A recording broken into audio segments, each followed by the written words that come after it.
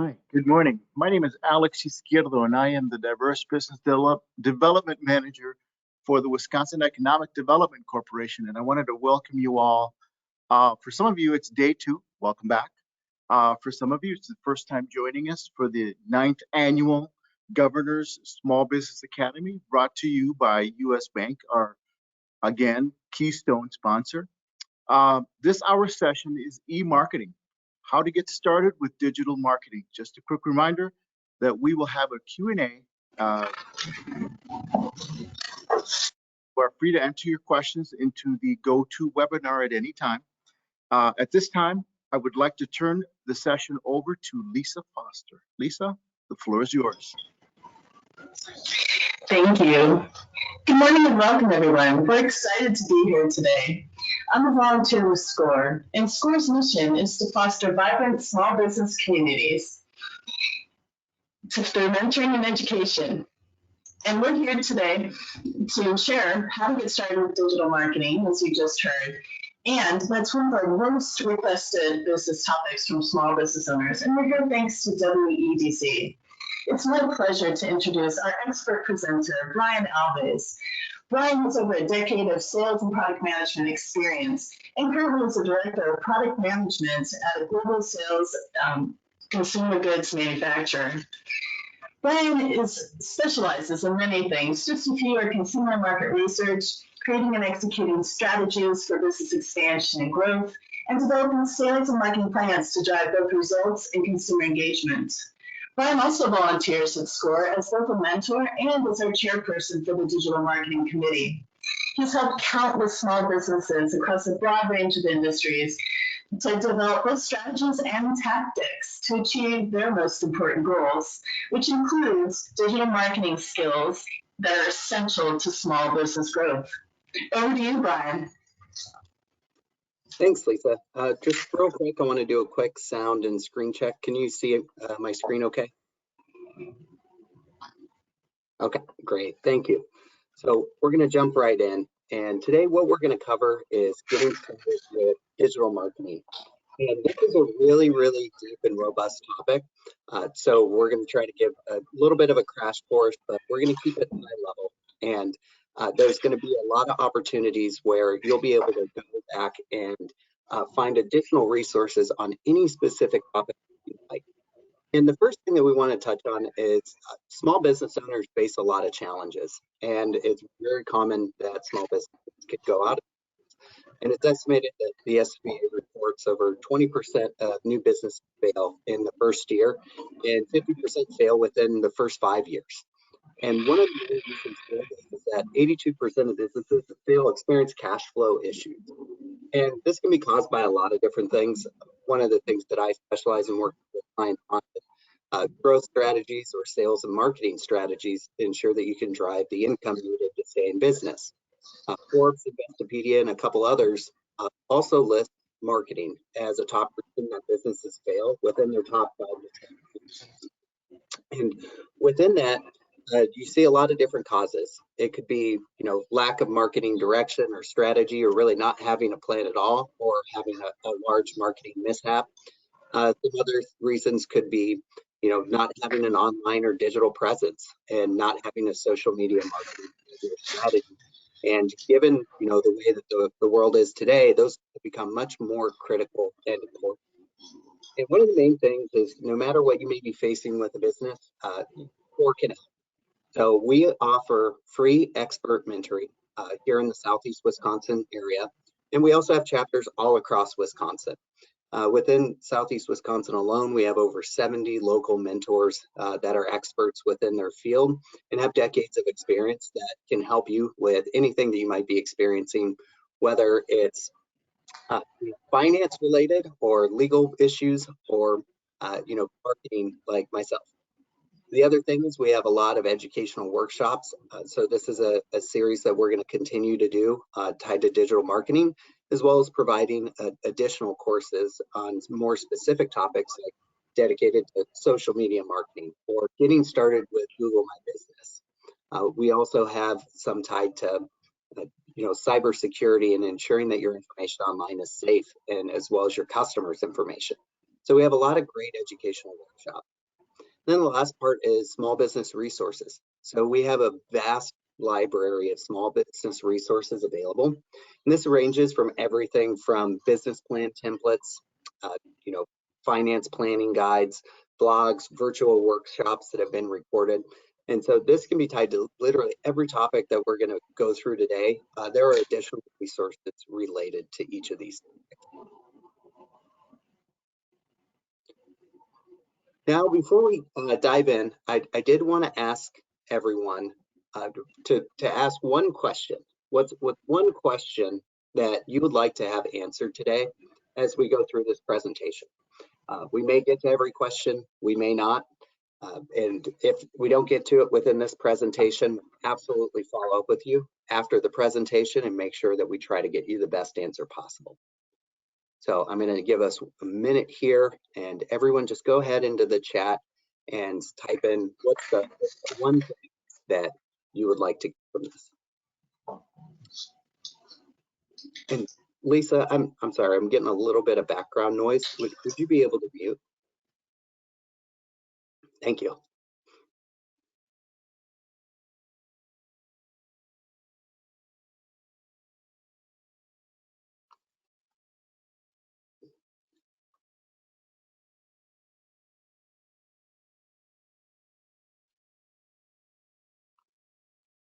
All right.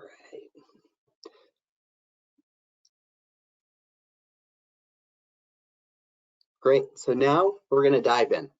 The first part I want to mention is the first most important thing to having a good, strong digital marketing strategy is having a strong marketing strategy. And so we're going to go through some of the foundational elements that you're going to want to develop and build before you start building your digital footprint. And a lot of this is going to be tied to defining your brand and how you plan to position your company to your target audience, and ensuring that you really define your target audience and your competitive set, as well as your own organization, to make sure that you're positioning it in the most effective way that can be received most effectively by your target audience. From there, we'll start establishing that digital footprint and showing you how to get started. What are some of the easy things that you can do to get up and running in a really effective way? And there are a ton of different options. And the right answer is going to be different for each company individually. And we'll work through, hey, how can you process what's going to be the right path for you and your company specifically? And from there, we're going to expand and try to engage new audience members and try to attract. So how do we expand that digital footprint to attract more customers? The first thing in defining your brand, one thing that we recommend is trying to find your why. And this is a book by Simon Sinek to help people define their purpose. And this is a really, really valuable exercise for a small business to ensure that you understand why you're going into small business and what you're trying to accomplish. And one of the most powerful things that Simon explains throughout this is that people don't buy what you do, they buy why you do it. And there's some good examples of this that you'll see out there. One of my favorites is Bombas, which is a sock company. They make socks. I don't buy them because they make the world's best socks, but they're pretty good socks. But at the end of the day, for every pair of socks that you purchase from them, they also give away a pair of socks to people in need. So I'm much more drawn to the why behind that organization as opposed to the actual socks themselves. If I was in the market for the world's best socks, I'd probably look somewhere else and look into sports and high performance type of apparel. But just to give you an example of how this can really shape the way that you approach your audience. So again, this is something that you can spend a lot of time on, but again, it's highly valuable in really establishing the direction of how you're going to connect with your target audience in the future. The next part is positioning your brand. The first thing that you're going to want to do is make sure that you're defining your target audience. And one thing that I would recommend leveraging is a persona builder or creator. This is something you can type into Google and just type in, marketing personas or marketing persona generator. HubSpot's a good example of one that you could leverage if you go to their website. And there's a lot of others out there.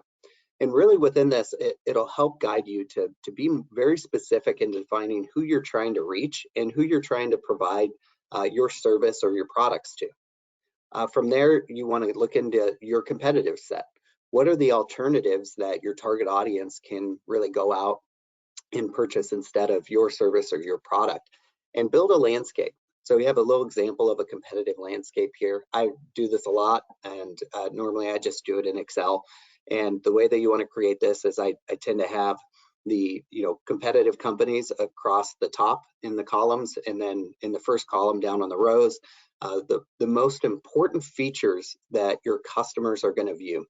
And that'll help them drive their decision making when they're looking at your product, service, or organization. And then filling that out and populating it for yourself and your competitors to understand how you stack up. Then you're going to start really defining your company and the services that you want to provide to your target audience.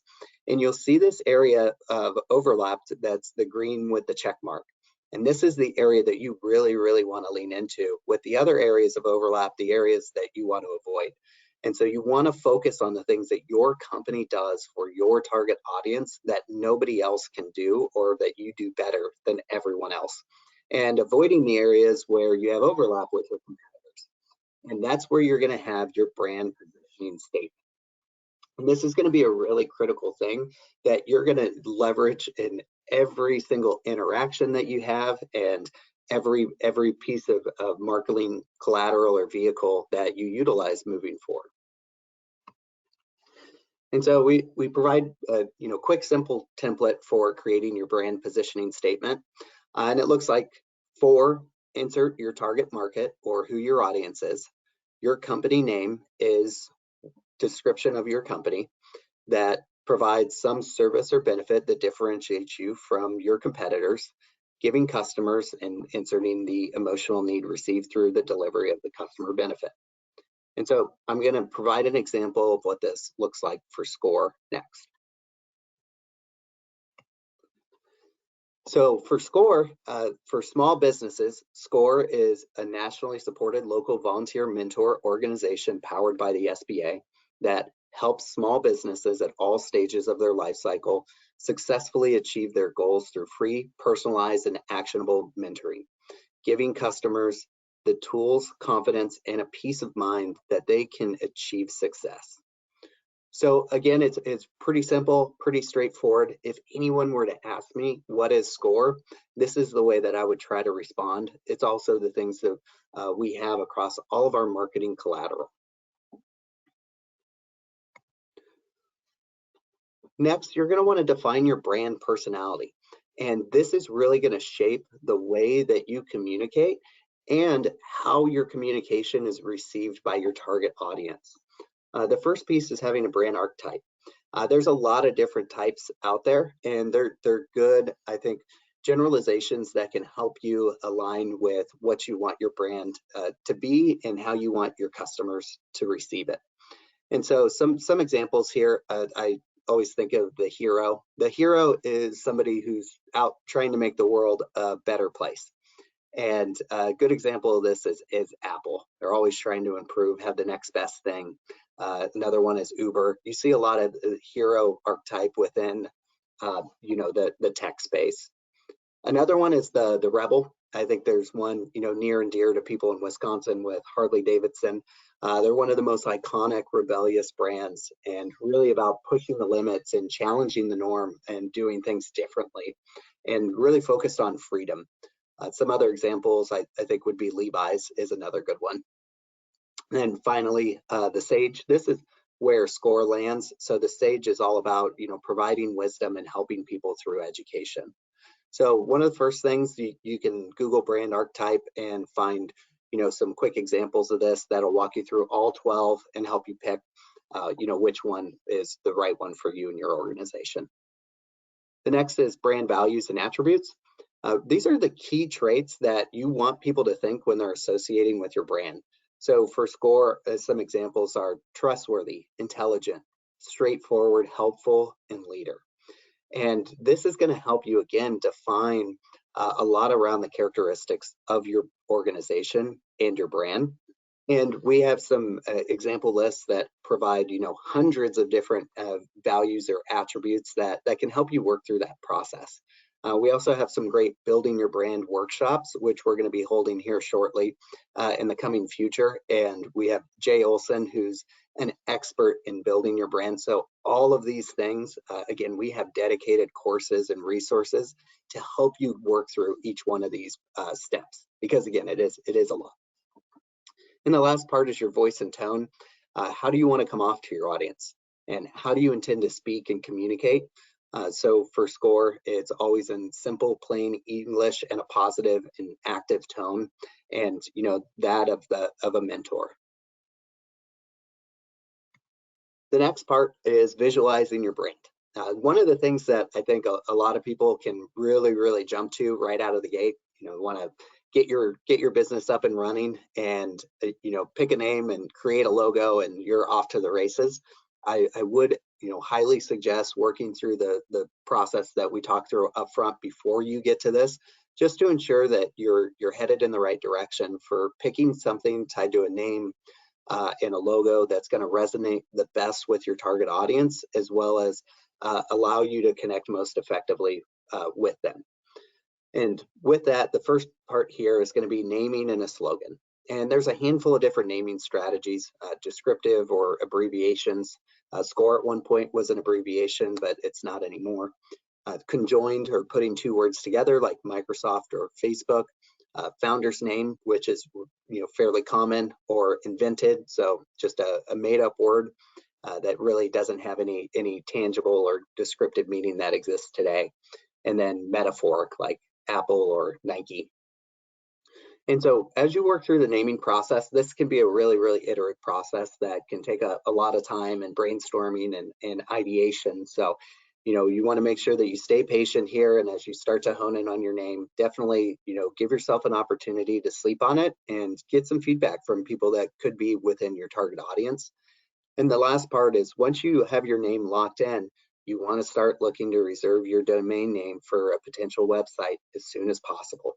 And you may not get the exact fit for your name, but you may also consider making some slight tweaks to your name to get the domain name, or you may look for slightly different options on the domain side to ensure that you can own that space that is going to correlate really strongly to the name of your company or organization.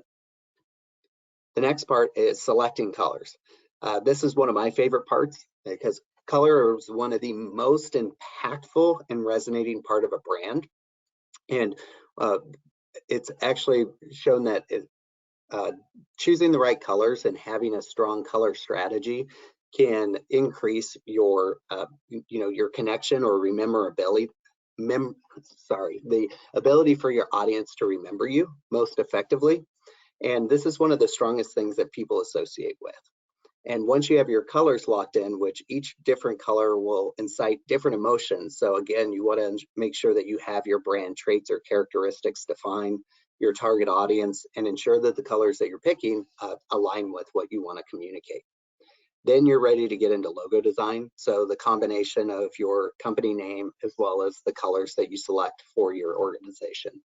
And this is where some key things that you want to do is keep it simple and have it be simple and clean, but memorable. And when you look at a lot of the logos on this page, you can really see how simple and easy to absorb they are. And that's really what you want to try to do. And the interesting part is, when you do this well, the Coca-Cola logo here could say something completely different, but they've kept so much consistency and have such a strong brand that shape and color scheme has become so prominent that now, even if this said something completely different, you would look at it and think, man, that says Coca-Cola. And one of the most important things that you'll see across all of this is going to be consistency. So you want to make sure that you create a logo that can be applied through all the different mediums that you intend to utilize in as consistent a fashion as possible. And then the next part, this one can seem a little bit overwhelming, but you want to document your brand. And this is normally done so in a brand style guide. And with that, this is going to capture everything that you work through leading up to this. And it's really making sure that it's easy to communicate to anybody that you want to work with. There's nothing that's going to save you more time as you start to work with other people, contractors, bring on employees, whatever it might be, and communicating and helping them understand your brand and your organization. And what this will include is your positioning statement, values, personality, the voice and the tone, as well as defining the colors that are used for your brand and documenting those. And then describing your logo. You may have more than one version. We do with SCORE. We have, you know, the standard SCORE logo with a tagline, without a tagline. We also have one that's dedicated just for Southeast Wisconsin. We also define the areas that are bad logo usage. So using alternative colors or having them skewed or the wrong font. And this is all really important because this will help you maintain consistency and allow you to work with people very quickly and effectively. And so when you're asking somebody, say you have somebody that you want to have work on your digital marketing for you, and they're going to run your social media campaign. If you want to ensure that everything that they're doing ties back and relates to your brand, this is a great way to get them up to speed and operating within your brand guidelines very, very quickly and easily. So highly recommend this, and you'll be very grateful that you did. The next part, we're going to dive into getting started with digital marketing. So once you have your brand defined and documented, you have your positioning statements identified, your colors, your logo, really all the nuts and bolts and that strong foundation, you're ready to start establishing your digital footprint and really that home base or hub. You're going to be able to start capturing your audience and then expanding to attract. So establish your hub. Where do you want everyone to go? This tends to be an area that you control so that you have a very high level of control over the message. This tends to be the best representation of your brand possible because it's the message directly from you, and it tends to be the single source of truth. Depending on where you're at within your business, it could be a lot of different things. So some people think right away, hey, this is your website. And for most people, it is a website. And for most organizations, as you continue to grow, you'll eventually reach the point where a website will likely be a requirement or a necessity. But not everyone's there. Some people are able to do business fine with just a social media page. What I have here is a Facebook business page, and that could be the area where you're trying to drive everyone and attract as much business as possible. You could also leverage LinkedIn. There are people who solely leverage LinkedIn and their personal page there to collect as many leads as possible and drive sales and customer acquisition. Online marketplaces are another one. Etsy's huge here in this space. And for people who are again, just getting up and running with their business, it's a great way to leverage an existing audience that's going to a place to shop. And that's really the benefit of a lot of online marketplaces is there's people already going there ready to buy and likely to buy things that are within the realm of what you provide if you fit within this space. And then the last part is a website.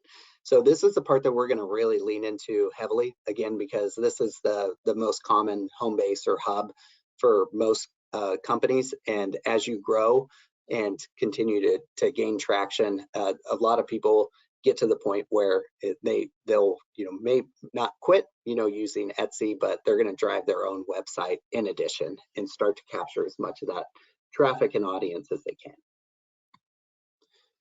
And so building a website, this can be pretty straightforward to get up and running on. A lot of the website hosts that exist today are pretty easy to utilize. They're really, really user-friendly, and they offer a ton of video and automated training for how to get up and running. And if you have all the things that we talked about earlier really defined and locked down, this could be a pretty quick and easy process. As a lot of them are drag and drop. And it can be really, really straightforward. This, like most things that you're going to see within the digital marketing world, is there are a ton of options. There are so many different people that will provide you the ability to make a website. And one of the most important things that you need to do is establish what your needs are and to look through the options and figure out who's going to be the best fit for you. So this is something that you're going to want to do your own research on for each one of these facets and try to understand what's the best fit. Generally speaking, for people who do retail or have some sort of consumer goods sales, Shopify is one of the top rated. It comes up as the #1 or in the top 5, if not higher, for any search or article that I've read. And a lot of my clients that I've worked with who sell consumer goods utilize Shopify, and if they don't, they want to use Shopify. So again, that's a really strong platform. Another really common one's WordPress. So if you're not doing consumer goods sales or more retail driven sales, WordPress is going to be a good option. There's also Wix, Squarespace, Weebly. Another one is Square. One of my clients uses Square because she does a lot of in-person markets and farmers markets. So she really enjoys the ability to have her tablet and process transactions with Square, and she utilized their service to set up a website. So again, depending on your needs, the provider could be very different. So again, it's important to do your own research. The next part is getting it up and running and establishing that website. Again, once you've had the opportunity to really define your brand, the logo, the colors, and the positioning statement, getting your website up and running can be pretty straightforward. Because if you don't do that, it can be really daunting as you start to look at colors and think, well, what colors? What are the right colors? What should I say? What's the right message? What do I want people to see or hear when they first get to my website? But you've already defined all that in the previous steps. So now it's really just applying all those key elements like your logo, your brand positioning statement, the color schemes, and bringing in some images that really represent your product, service, or business. There's several questions around e-commerce and conversion on the website. Can you talk a little bit about that?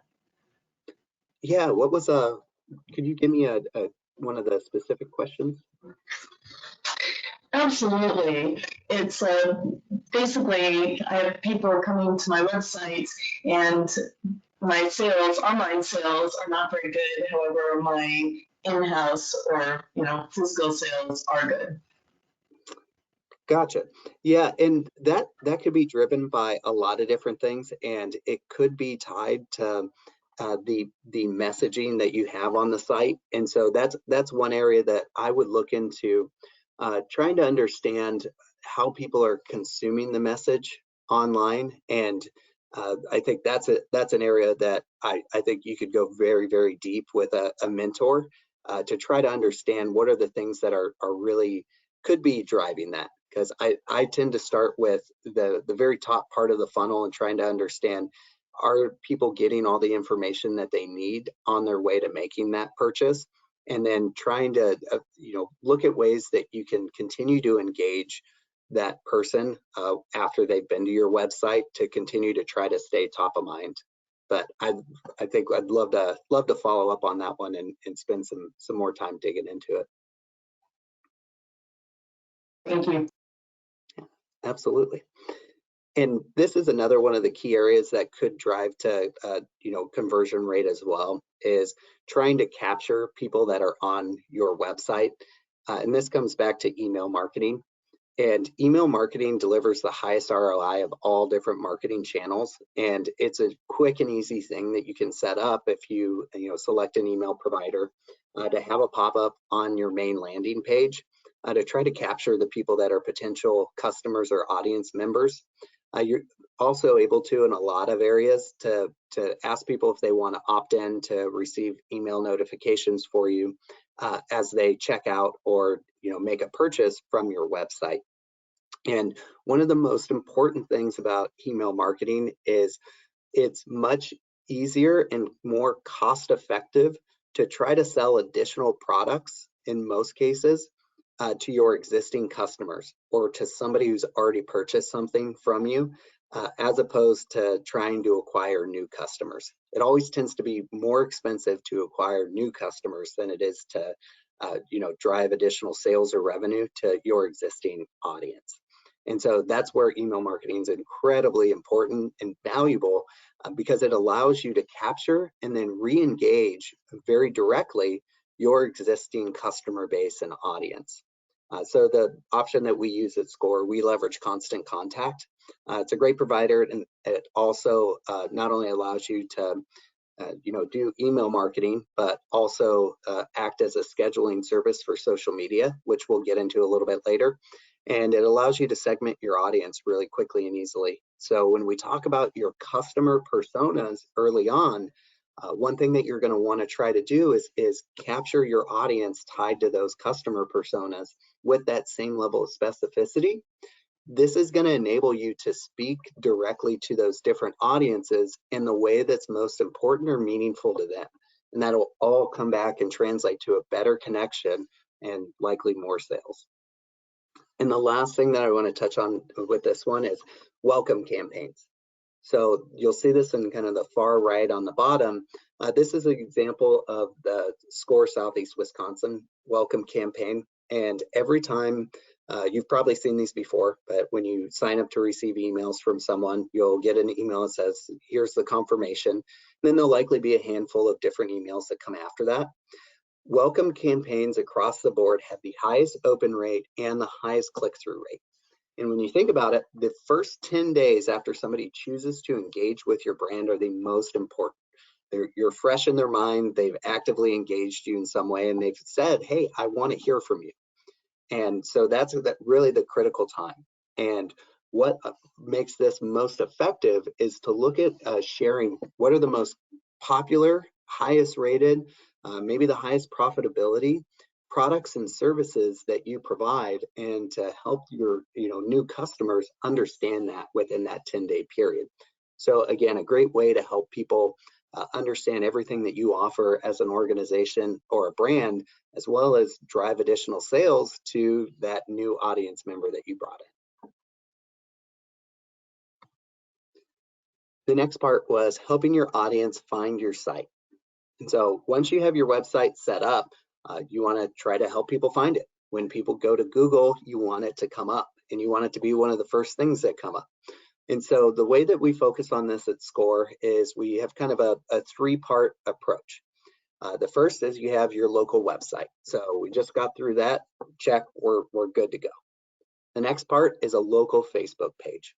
So when it comes to search engine optimization, one of the most important things is they call it backlinking, and it means you want to have your website linked to other websites that are important or valuable. The most important one on that list, or the highest rated, is Facebook. And so that's what helps us make a lot of sense. If you have a local website and a Facebook business page, you've essentially, and you have your website linked to it, you've created that first backlink to one of the most important areas. And then the third is a local Google My Business profile. And so all these things work together to really give you the best chance at having your target audience find your website. Brian, there are a lot of questions around social media and what social media platform generates the best ROI results beyond email, of course. Sure, yeah, so we're gonna get there in probably 2 or 3 slides, and if I don't cover it in the depth, or there's some other questions, I'd say please feel free to ask. So one of the things, looking at how you help people find your site, so going back to this 3-part approach, one of the important things is data accuracy and completeness. And for this, it's really important to drive consistency across all the different areas where your address, your website are referenced, and the name of your organization. You can see some variability in those at times. Honestly, we faced this with SCORE Southeast Wisconsin, and had to go through and just clean these things up to make sure they were all aligned. But data accuracy and completeness is a huge one. Another one is user reviews. So when you have that Google My Business page set up, you want to try to get reviews from your customer base. And people will ask, well, how do I do that? And it's pretty straightforward. You just ask. And it's most impactful to ask at that point of service, or when the service or product has been consumed or completed. I have one client that she prints off a QR code that says, please leave us a review, and puts it in with the receipt with every transaction that she makes. So please leave us a review on Google. Another example, I've worked with a local electrician who came to my house, and when I got the receipt or the bill, and after I paid it, same thing. They had an automated email that was sent to me and said, "Hey, please leave us a review." And it was great service. I clicked the link, left them a review. So again, as close as you can get at that point of consumption is where you want to ask. And then the last one that I want to speak to is just local social activity. So you are going to want to make sure that, tied to the Facebook or, Google My Business page, that you are having some routine posts that continue to keep your site relevant. And to give you an example of how this has made an impact for SCORE, if you go back to 2018, before we implemented this approach, we would show up in the top 1 results for search in Google 44% of the time, in the top 3, 47% of the time, and in the top 10, 48% of the time, looking at these 3 green, yellow, and blue bars on the left. After we implemented this, you can see that we pretty much doubled the rate at which we show up as a top result. So it's been highly, highly effective for us. And again, it's not a lot to get these few things up and running. And so speaking to that, how do we get started with Google and Google My Business? So we actually offer a dedicated series for this, and you can go to our Take a Workshop page on the SCORE Southeast Wisconsin website, and we offer a 4-part recorded webinar series and all the resources needed to help you get found online and set up your Google My Business page, reach more customers, how to sell online, and working remotely. So again, this is a great series that goes into a ton of depth on this specific topic and can really help you get up and running in the most effective way. Now to social media. And so how do you pick the right platform? So this is one of the areas that it's crowded. There's a lot of different options out there. There's I put the top 3 within this, but you still have Snapchat, TikTok, a lot of different things that are popping up, and there's going to continue to be a lot of activity here. And so how do you pick the right platform? Normally, the guidance that I give at a high level is that Facebook and Instagram tend to be a little bit more effective for people that are in the B2C space, or people who are selling directly to consumers. And LinkedIn tends to be a little bit more effective for B2B, or if you're trying to sell to other businesses. We leverage really all 3 of these at SCORE.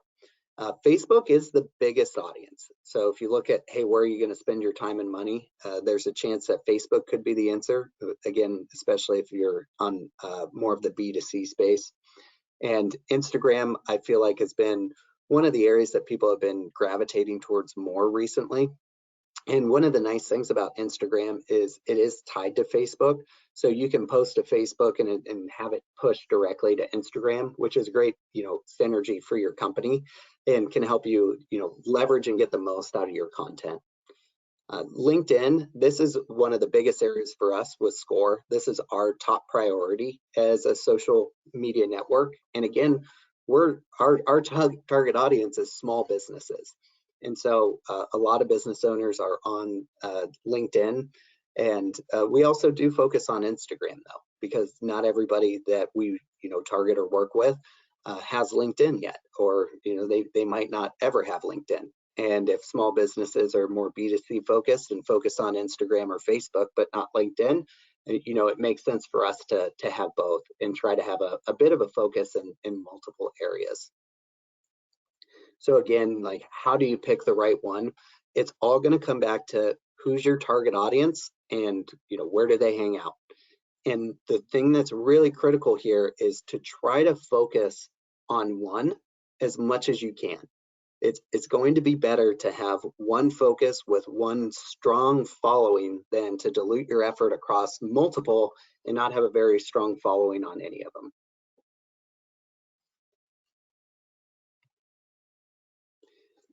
And then how do you drive engagement? So you select the social media platform. How do I get people to start following me and to start engaging my brand online? And how do you take social media marketing and turn it into a highly valuable and successful tool that helps you attract new customers?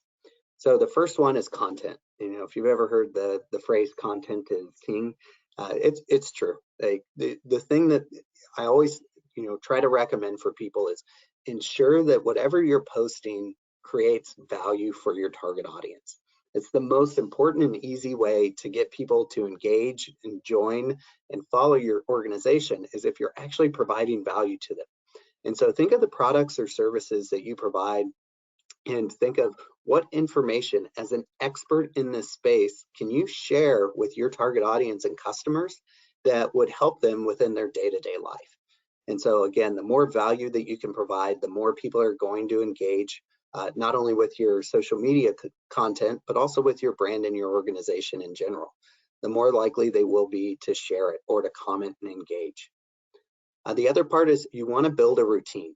So we talked about this a little bit earlier, but you want to make sure that you maintain a routine cadence with how often you're posting.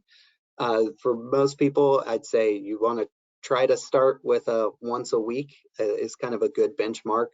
And really the most you want to do is once a day.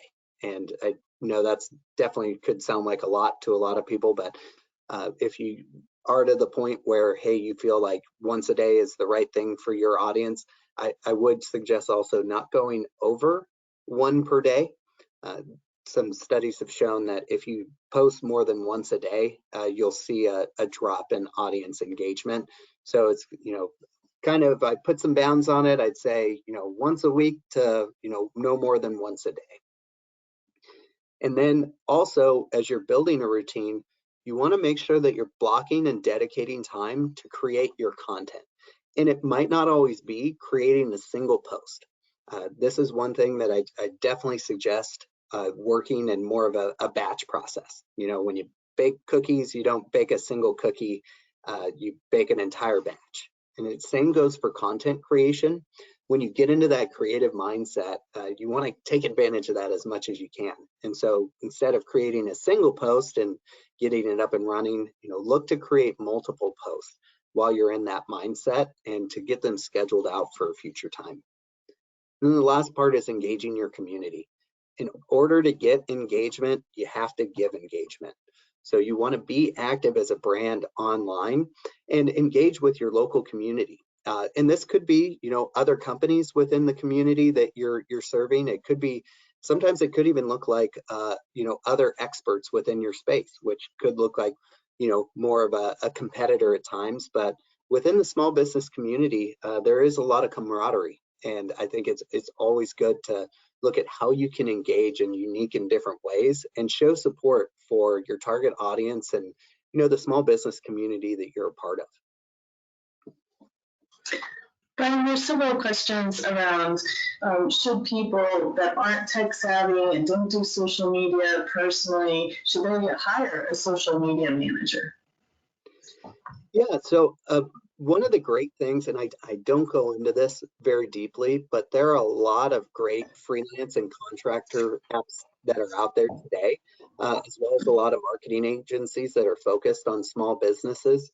And those are great opportunities for you to, find somebody who could be highly qualified and able to help you manage your social media.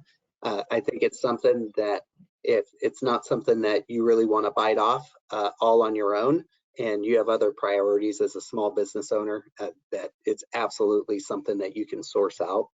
I'd highly recommend one, looking at local marketing agencies, as well as two, looking at Upwork and Fiverr, as well as a couple others. But great options for having somebody that's experienced in this take it on. But again, there'll be some added cost with that.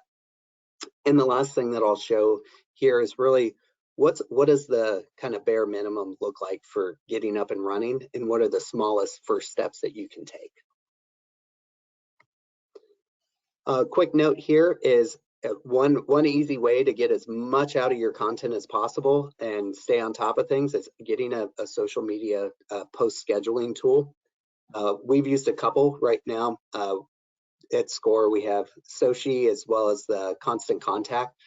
And so the one that we've used most predominantly, actually allow you to, they both do the same thing, but you can actually schedule your posts for specific days and schedule them out, months in advance. So as you batch create your content, you can create and then schedule, as well as it allows you to connect all your social media accounts. And so we're able to leverage our content. We're focused on LinkedIn and Instagram right now, but we still leverage that content through the scheduling tool to hit and apply to all of our social media accounts. So it's a way to kind of stretch your content and stay relevant in all the areas that you may have an audience developed. But again, it's not saying, hey, you have to go set up 5 different social media accounts. I definitely recommend trying to be as focused as you possibly can on one social media platform and growing in order to create that large engaged audience. Sorry. And then how do you combine it with traditional marketing? And so digital marketing is always more successful when it's mixed with in-person and physical aspects. And so this comes back to educational events and networking events, trade shows, farmers markets, or other craft markets that you may attend, and really trying to pull together and build your audience both in person and drive that interaction and engagement back to your digital marketing footprint. The next part is print and QR codes. Any print collateral that you have, it's really quick and easy to create a QR code that can link back to your website or any other relevant pages. And this could apply to brochures or product catalogs or any signage and posters that you create. And the last part is public relations and partners. So looking at local media outlets that you can reach out to if there's exciting things that are happening within your business, local influencers or community organizations and chambers of commerce and complementary businesses. So who are the people that may be selling a complementary good to the same target audience that you are? And how can you work together to effectively, work with them and see, can you get access to their audience while giving them access to yours, to really combine forces and grow together collectively.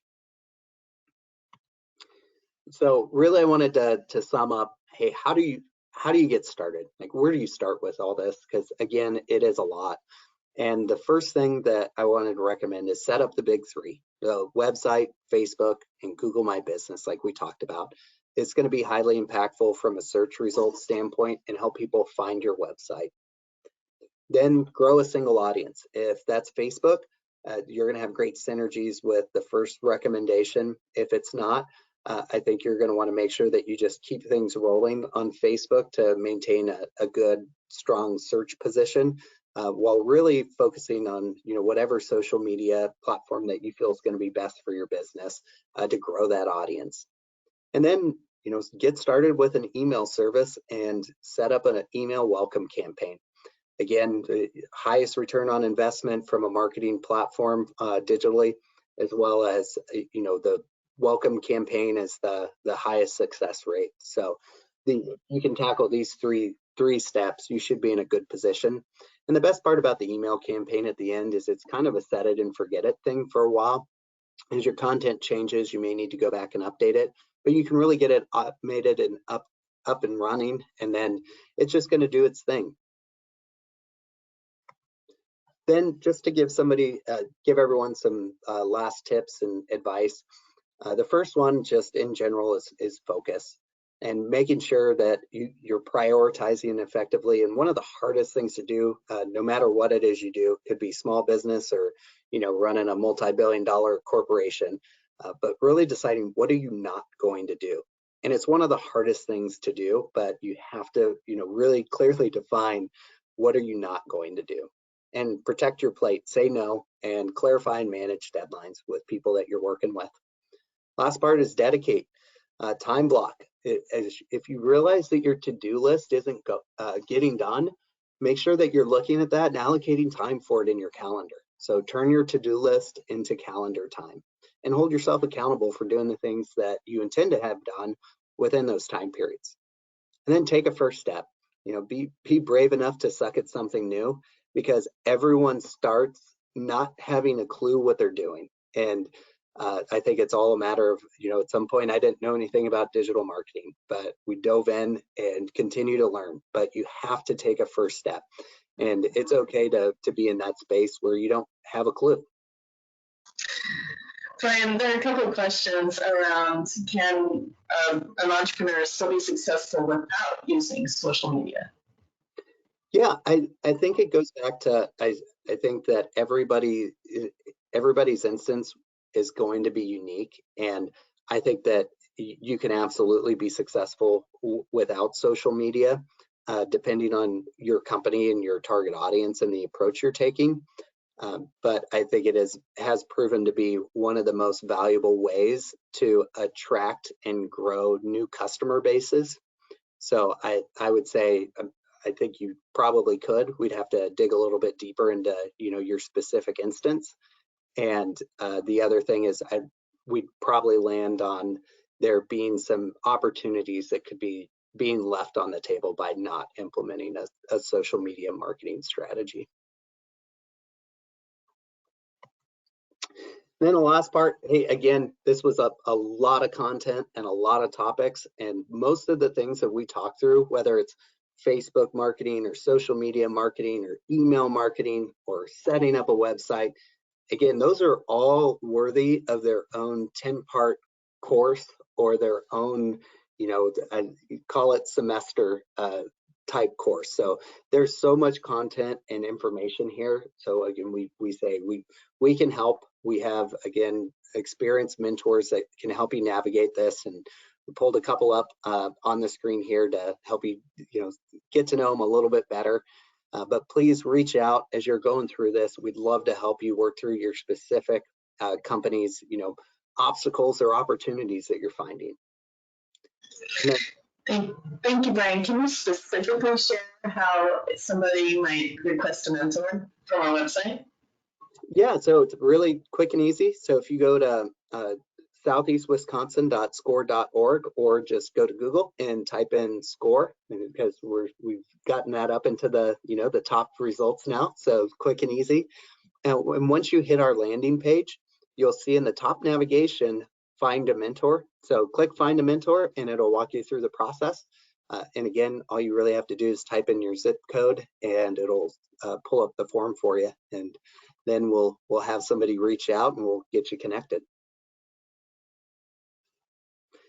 And then to demonstrate, good practice and benchmarks here, I wanted to ask everyone for help. So, hey, if you enjoyed the content today, could you please visit our Google, our business page and leave us a review, as well as follow us on LinkedIn. But again, just to demonstrate, you've got to ask. So thank you everyone for your time and your questions. And if there's any additional questions, please feel to reach out to SCORE. Let's get you set up with your free mentor and help you tackle any of the business opportunities and challenges that you have in front of you. Perfect, Brian. And also there are several questions that we didn't get to today, and we'll commit to sending those out to participants of today's webinar within the next couple of weeks. So thank you for your questions. Okay, thank you, Brian and Lisa, for presenting today. And thank you, all of you, for attending this session. We will take a short break and return at the top of the next hour for our next session, Cybersecurity for Small Businesses. And just a reminder to all of you out there today, this is the Lieutenant Governor Small Business Academy, organized by the Wisconsin Economic Development Corporation. Our keystone sponsor is the U.S. Bank, and this is also in the chat. But please visit the Small Business Academy resource directory at www.sbeacademy.com to review the full list of resources available to Small Business Academy attendees. Thank you, and we will see you on at the next hour.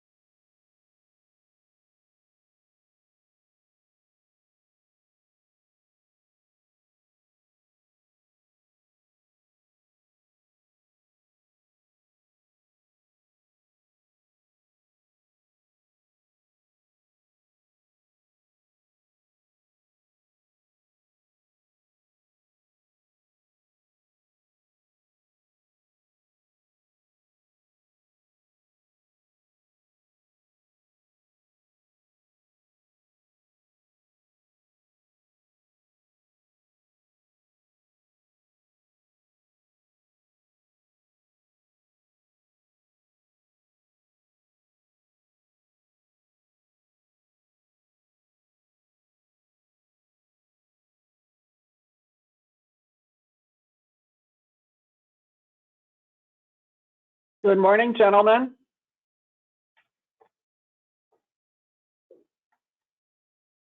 Can you hear me? Good morning, all. We'll just wait a few minutes and Michael's going to kick us off. Great.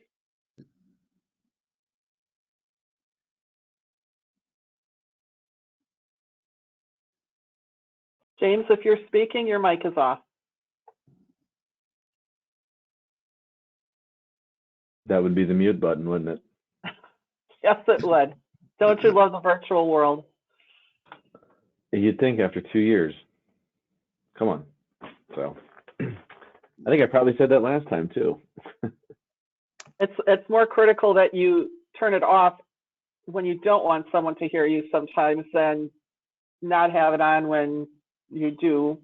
Yeah, agreed with We've that. learned that over the last 2 years too. Yeah, that one's easier to, it's easier to walk that back.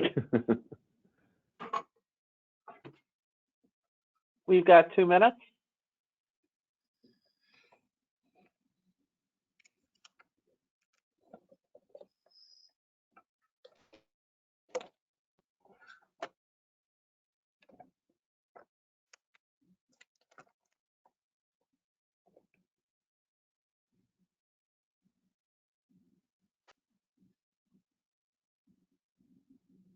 One minute.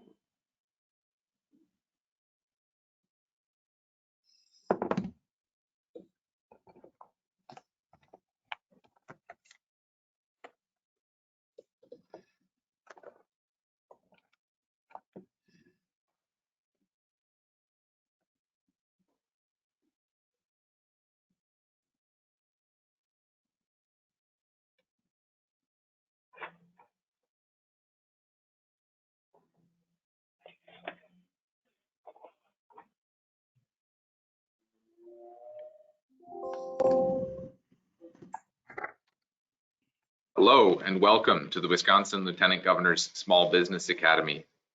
This hour's session is Cybersecurity for Small Businesses.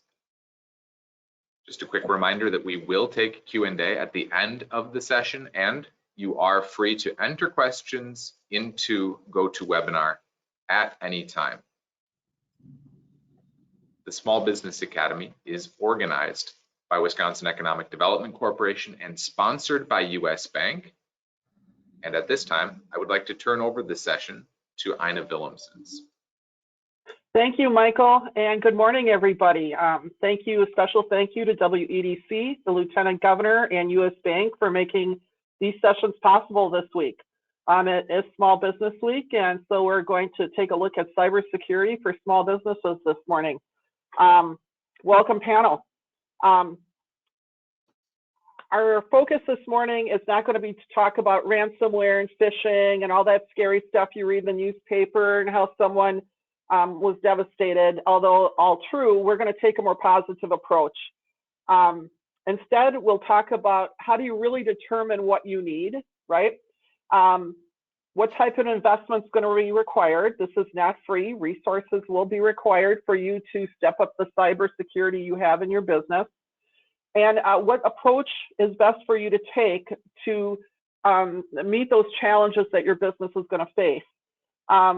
Your employees, your customers, your suppliers all expect you to be secure in your business, or eventually they will stop doing business with you. We're starting to see that in the marketplace and the supply chain, especially of the larger corporations that are being more and more cautious of who they do business with.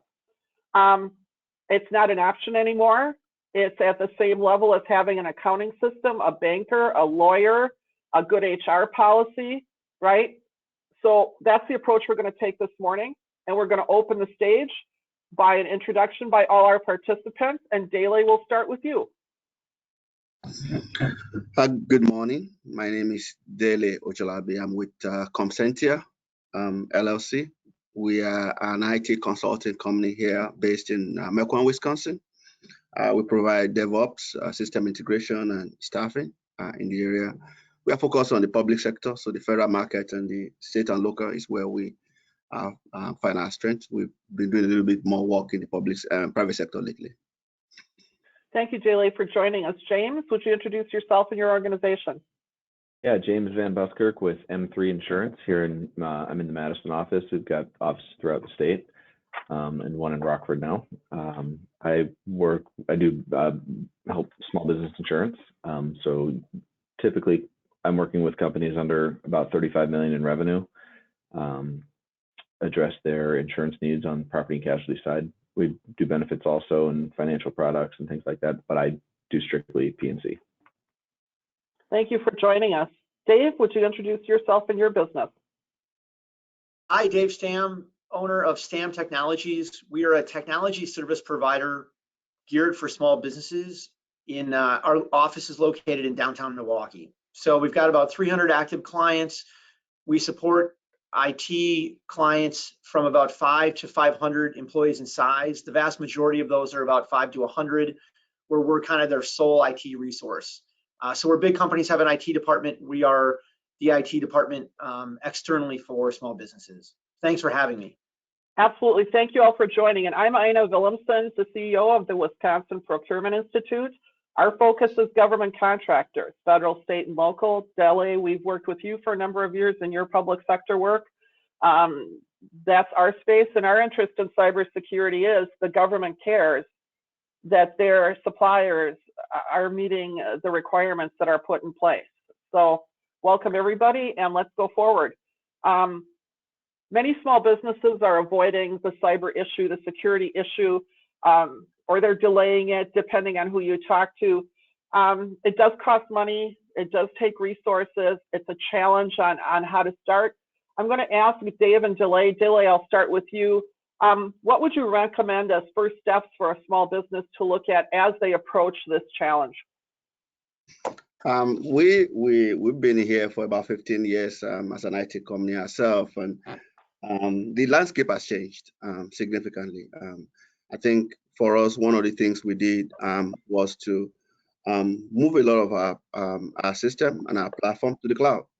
That sort of shut down a lot of the challenges with maintaining security, with maintaining patches, with just keeping things up to date. Right now, we are almost 100% cloud organization, meaning that even our cell phone and our PBS system is hosted on the cloud. We have nothing on here on our system. So that's, I think, for us is the first step, is to move all those things from your local environment or trying to manage those to a service provider that sort of provide the first level of security. And then the second level is to talk about, you know, what do you get with those cloud providers? You know, most people are familiar with Microsoft Cloud environment, but most may not know that Microsoft also has GCC High, which is a cloud much more secured environment for doing business with the federal government. If you are doing business with the Fed and you want an environment that is very secure, you can get the GCC High licenses. So, so the level of security with some of those things have really helped to take those challenges off your hand, off your daily, everyday worries. Now, that doesn't mean we don't have to worry. One of my employees here recently sent me a text with a card on it, like gift card. And she said, well, Dele, here's your gift card you told me to send to you. Like, gift card? I did not ask you to send me a gift card. So yeah, you asked me to send a gift card. She's a new employee. Apparently, somebody was looking at my LinkedIn, found out that a new employee just joined us, and sent her an email saying, hey, you know, use my name with an email from North Korea, sent or somewhere in overseas, sent an email to her to send her a gift card, because the email was, I was somewhere in a meeting and I couldn't get to my credit card. Good thing is she texted to me before she sent it to them. It will have been gone. So those are some of the things. What did we do? Well, we blocked every IP coming up from overseas. So if you send emails to us, if you are not from the United States, is most likely it's going to end up in our junk folder. So there's a lot of things, but I think the first thing is to make sure you move to the cloud, and also be aware of some of these things, because it's not just folks, kids anymore, it's organized crime. Thank you, and thank you for sharing that story. Where was the gift card from? Amazon or? It was Best Buy or some gift card to send to them. Yes, and it was about $800. You know, it was really nice of the employee, right? Right. Dave, what say you to this? What are the first steps you would recommend? Yeah, thanks. I totally agree with the comments just mentioned on moving, when possible, if small businesses can move the things to the cloud, you're basically just kind of taking that risk and responsibility and moving it to the bigger, ideally the bigger company who's hosting that for you. So I totally agree. What I would say is that I've been doing this about 20 some years, and in the past, IT security was IT's problem, right? IT could always do something better. We could lock the network down more. We could monitor things better. We could add more software, and we could make it great. And while IT security is still IT's problem, that it's not the only person that it comes to, right? Now what we have to do is, a lot of the times when these things are happening, ransomware, people in the accounting department wiring money out for where they got scammed and things like that, those are all things now that we need to make the employees aware of these things. In the past, I think we all trusted things and assumed our antivirus would find the things that weren't good, malware, viruses, etc. But now we almost have to assume that everything is bad, right? Links in the emails, attachments. We have to change our thinking to that likely things are not good for us, and we have to worry about trying to only open what we think is legit, right? And there's some ways we can talk through the details on that. But I think IT is not just IT's problem. IT security is not just IT's problem anymore. It's the entire company's problem, and it's every employee who has access to technology at your office and your business, which is probably everybody. And we have to give them some awareness. One of the reasons we're all on this call today, right, is for the awareness. So I guess you want to make sure people really learn some of the basics on this, which I know we're going to talk through some of that today. And I guess I would also say IT security is a work in progress, right? So don't feel like you have to get your plan totally perfect, right? You want to learn a little bit, listen to meetings like we're doing today and things like that, but you don't have to get the plan to be totally perfect before you implement it. It can be a work in progress. It is a work in progress, right? Even companies as big as like the Fortune 50, like Coca-Cola and companies, they're still having issues, right? There was a big Fortune 500 company in Wisconsin who was in the news recently because they had a big ransomware attack. And it was crippling to them, but they're huge and they've got tons of money and resources to put in, and it wasn't perfect. So don't wait to get the perfect plan. Find a few things that you hear in today's session and other places, and start implementing those one by one until you just kind of, it's a process. You're going to keep building this up.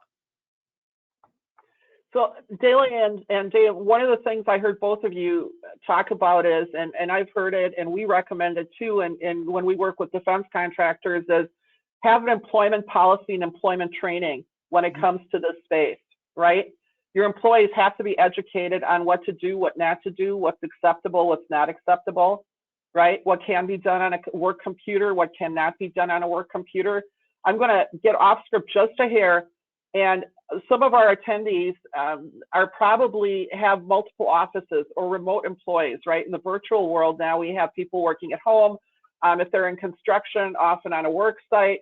Daly, can you mention just briefly something you would recommend if someone has remote employees like that? Again, either working virtually or remote work sites or something along those lines. One thing is, I never allow anybody to use their laptop into our system. So all our employees, we just hire new employees in Washington, D.C. We ship them a laptop, pre-configured. Saves us a lot of trouble than having them, it may be easier for small businesses to say, well, I'll hire you in Hawaii, work on your machine, log into our network. We try to avoid that. So that when a laptop lives here, it's connected to our Active Directory server, it's configured properly, and they have all those securities. And then, basic stuff like email headers. Every email coming from our network shows internal. Those are coming from the outside shows external, so that emails that are internal and emails that are coming from outside. So if you send an email with my name on it and it says external, it's not me.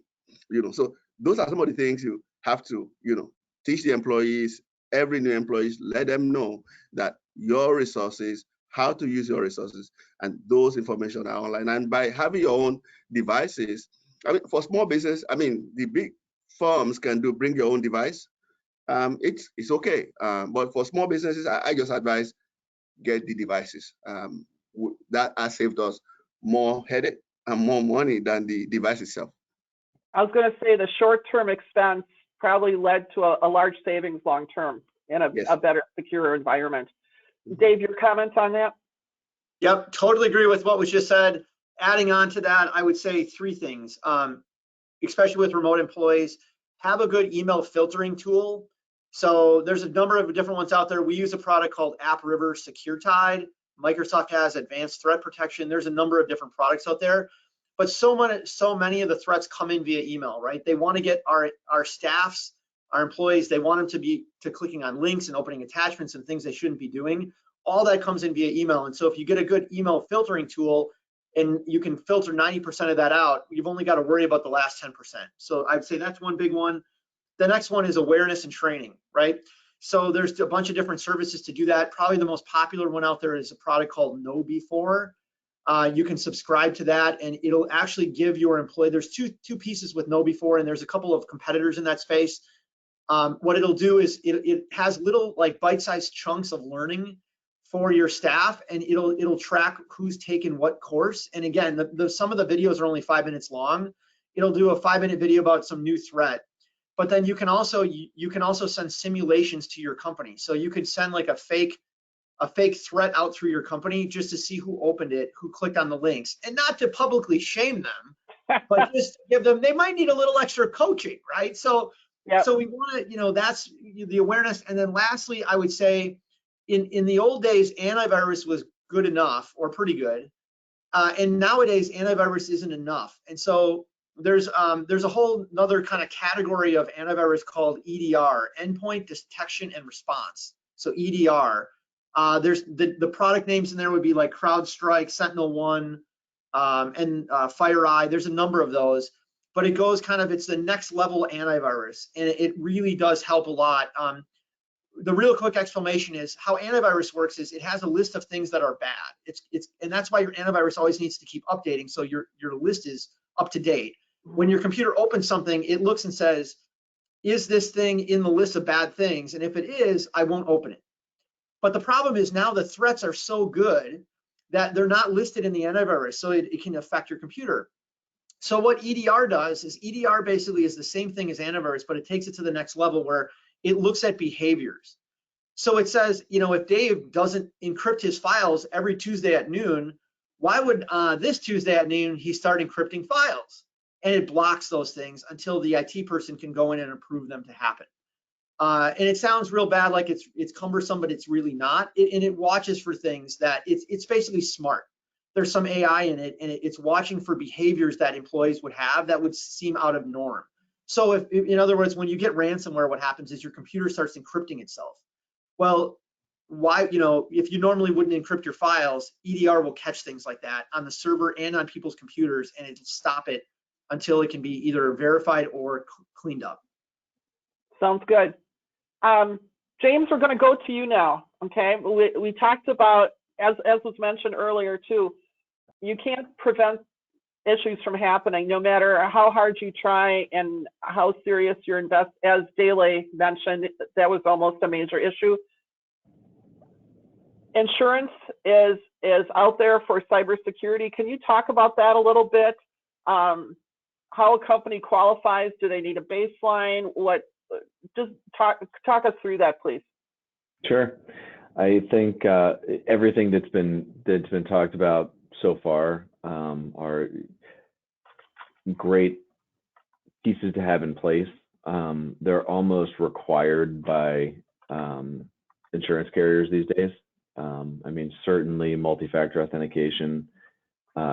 Basically, every carrier in the cyber market is going to require that. If they don't require it already, they'll require it by the end of the year.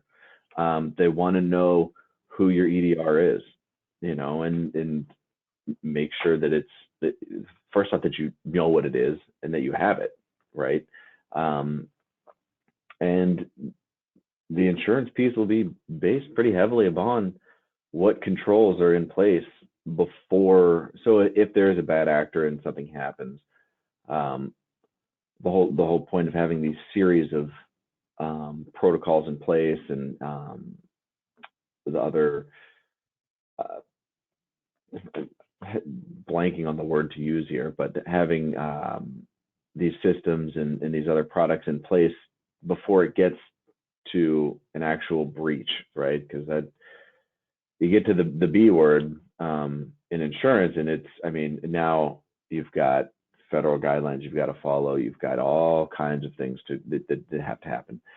And the fact of the matter is that a lot of this stuff gets caught with these systems that are in place before it even gets to an insurance claim. So what you're saying is they have to have the basics in place or you won't insure them? Is that what you're basically saying? They have to protect themselves?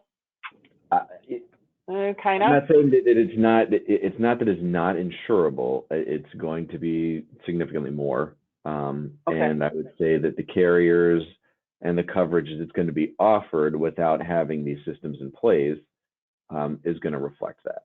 You know, okay. You've got carriers that don't necessarily require multi-factor authentication right now, and they'll write anything, but they sound kind of gimmicky. They're often VC based, and I don't know. It's nothing wrong with that stuff. I just don't know that it's here for the long run. I think that if you're going to do this for the long run, you should have the systems in place and talk to Daly and Dave and listen to that, because those are the first things before you even get to cyber insurance. You're going to have those in place. Yeah. Does that make sense? Absolutely. And sorry, just quick to add on to that, I would say you're right. We need all the tools in place, but everyone also needs to carry some cyber insurance to throw it. You know, it's true. We tell all our clients, I think there's two things. You want to plan to that you take all the precautions so this never happens to you. And at the same time, you need to plan that it's going to happen to you, right? And so you need to plan for both. And insurance covers you if something goes wrong. You absolutely, no matter who you are, if you're a 3-person nonprofit, get some cyber insurance. It's worth it. It's absolutely worth it. Yeah, I agree. And I think that small businesses has become the playground for it, right? They don't target Sony, Paramount. We hear about that all the time because they're these large numbers, but where they play around is in small business. And, that's kind of the entry level for this hacking culture. James, when you mentioned something on the type of insurance company to approach, when a small business is looking for cyber insurance, you're recommending basically don't just go online and pick someone that's cheap, right? You're saying make sure they're reputable, they're a real insurance company, long-term, blah, blah, blah. Can you talk to that a little bit? Sure. I think that there's a lot of, how do I put this in a Be honest, just say it. There's a lot of, so VC, venture capital, and private equity has gotten involved in the insurance industry a lot. And I can tell you that there's, specifically in cyber, the cyber market, as far as the marketplace for cyber insurance goes, has been very volatile over the last couple of years. And for the reason that we're having this discussion even. What we've seen is carriers that maybe you had a $25,000 policy that gave you $10 million of coverage 2 years ago. That same carrier came back and said, good news, your policy is only going to be 40 grand this year, but we're only going to give you 3 million of coverage. So you've got a rate increase and a coverage decrease. And we've seen that across every industry for the last couple of years. So what's happened is venture capital and private equity have gotten involved, and a bunch of different technologies have emerged where you've got these names like, and there's nothing wrong with the companies that I'm about to mention, right? They will provide you coverage. They will cover a claim if something happens. But if I'm going to look at something from Beasley and Travelers and Hartford and things like names that I know versus something like Cowbell or Wingman, something like that I'm a little less sure of. It doesn't, you know what I mean? there's something to that. There's certainly something to that. And I think if that sparks something in your gut or in your back of your mind, that's, hold on, maybe I should, there's a lot of this stuff out there, and it can be very confusing if you're not familiar with the market, right? Just like you wouldn't go choosing EDR based on, I don't know, I Googled it and they said, tell me to do this. Yeah, that, and I would say we've helped a number of companies remediate, clean up basically ransomware after they've gotten it. And if you have a good insurance policy and a good carrier, like you're saying, they are your best friend in a breach. If there's a breach or ransomware, having the right insurance company, it's like a partner. I mean, they come in, they know what to do. They have teams. They're going to handle it all for you. The insurance company gets the legal team involved. They get a breach technology, IT teams involved. I mean, it's amazing when you have the right insurance partner. Yeah, And yeah, and to add is the fact that insurance requirement has grown significantly, just like we're talking about. Most of our clients now are asking, a few years ago, if you have $1 million cyber, you are at the top of the game. Now folks for small contracts are asking for 10 million, 5 million cyber coverage that are not cheap to get at all. So well, Daley, that brings up the question. I'm watching the questions on my screen, and we got a bunch just recently. James, give us a ballpark of what insurance costs for this application. My favorite. Why? So it's like, is it $5 or 5,000? You know what I'm saying? Just give me a. I don't want to get you stuck here, but just the basis of. Yeah. No, unfortunately, I have to give you the insurance answer of it. It's going to depend, right? It'll depend on. Certainly, the carriers that are available are going to depend on what systems you have in place. And so assuming you have everything in place, we've had somebody come in and get your EDR set up, your MFA, all of these things that, like David was saying, I had no idea what these things were 5 years ago, but now I talk about them about 10 times a day. So assuming everything is in place, really what it'll come down to is the type of business that you have. And what your risk exposure is. If you've got like the Internet of Things set up so that people can access secure stuff on their phones, or what is your secure data? What is it? Is it health records? Are you consulting for Bellin or UW Health where you've got access to all these records? Or is it, are you a managed service provider? I can tell you, if you're MSP, your cyber is probably about $25,000 per million. And that's just kind of how that is right now. But if you're a small contractor, might be $2,000 or $3,000 for $1 million of coverage. That being said, I'd say that $1 million is kind of entry level these days. Whereas 10 years ago, it was more than that. Was like $1 million for what? Yeah. Now it's kind of entry level, and depending on who you're entering contracts with, you may want to take a look and see what they require in the contracts first, because if they're going to require $5 million of coverage, that could be $40,000. Yeah, like as an entry level number. And so someone should really ask and be clear and be honest and get a quote and shop it a little bit. Would that be fair? Yeah, I mean, if you like you would your other. I think whoever is doing your other business insurance should have an idea about cyber. I mean, if they don't have an idea about it at this point, they're pretty far behind. It's interesting to hear you say, we tell our clients, no matter, even if they're like small, like a few person nonprofits, to basically start at $1 million of cyber. So it's good to hear you say entry level. And the reason we say that is you would be surprised at how fast you can chew up. We've had we've seen a number of companies in the Milwaukee metro area where if they get ransomware, the ransom can start at $400,000 on day one and go up.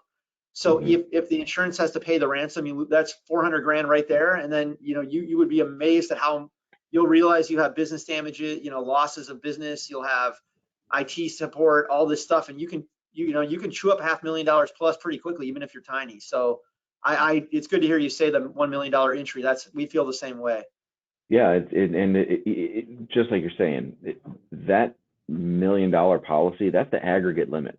Yep. Right? That's like for everything underneath, adding up to 1 million in coverage. So if you get, say the Bitcoin ransom is 850,000, well then you got to send out notices.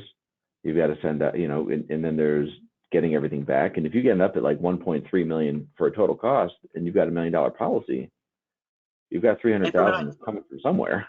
Right. And from an IT perspective, sorry. This is depressing. Yeah. I know. Sorry. No, but it's true, and I'm glad you're advocating, and that we have got, all three of you are agreeing. This is now one of those things that a business must do. Yes. Just what you must do, like any other insurance. Let's move forward then on this. We talked a little bit about the remote office, remote in the field.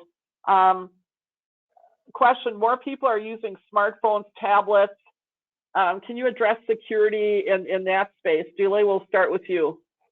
Yeah, we are a Microsoft shop.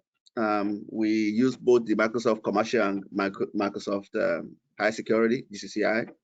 Microsoft does have mobile device manager for their Azure cloud to manage devices, such that when users are logged into your system, you can see when they log in, you can log them out. You can clean your data from all their devices when they are no longer there. So some of those platforms, depending on what you are using, does have those tools to manage mobile devices, depending on where you go. If you are going with Google or other service cloud providers for your email, which is what most small business needs the most, is to use some of those tools.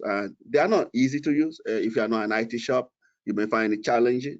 And then if you call Microsoft, they will be helpful, but you are better off working with an IT person to help you navigate those, get the configurations correct, and continue to monitor that, because it's a good thing to set up these things, but the most important thing is to monitor them and see how those things are changing, and see who is logging in, when they are logging in, how they are logging in, where they are going with their devices.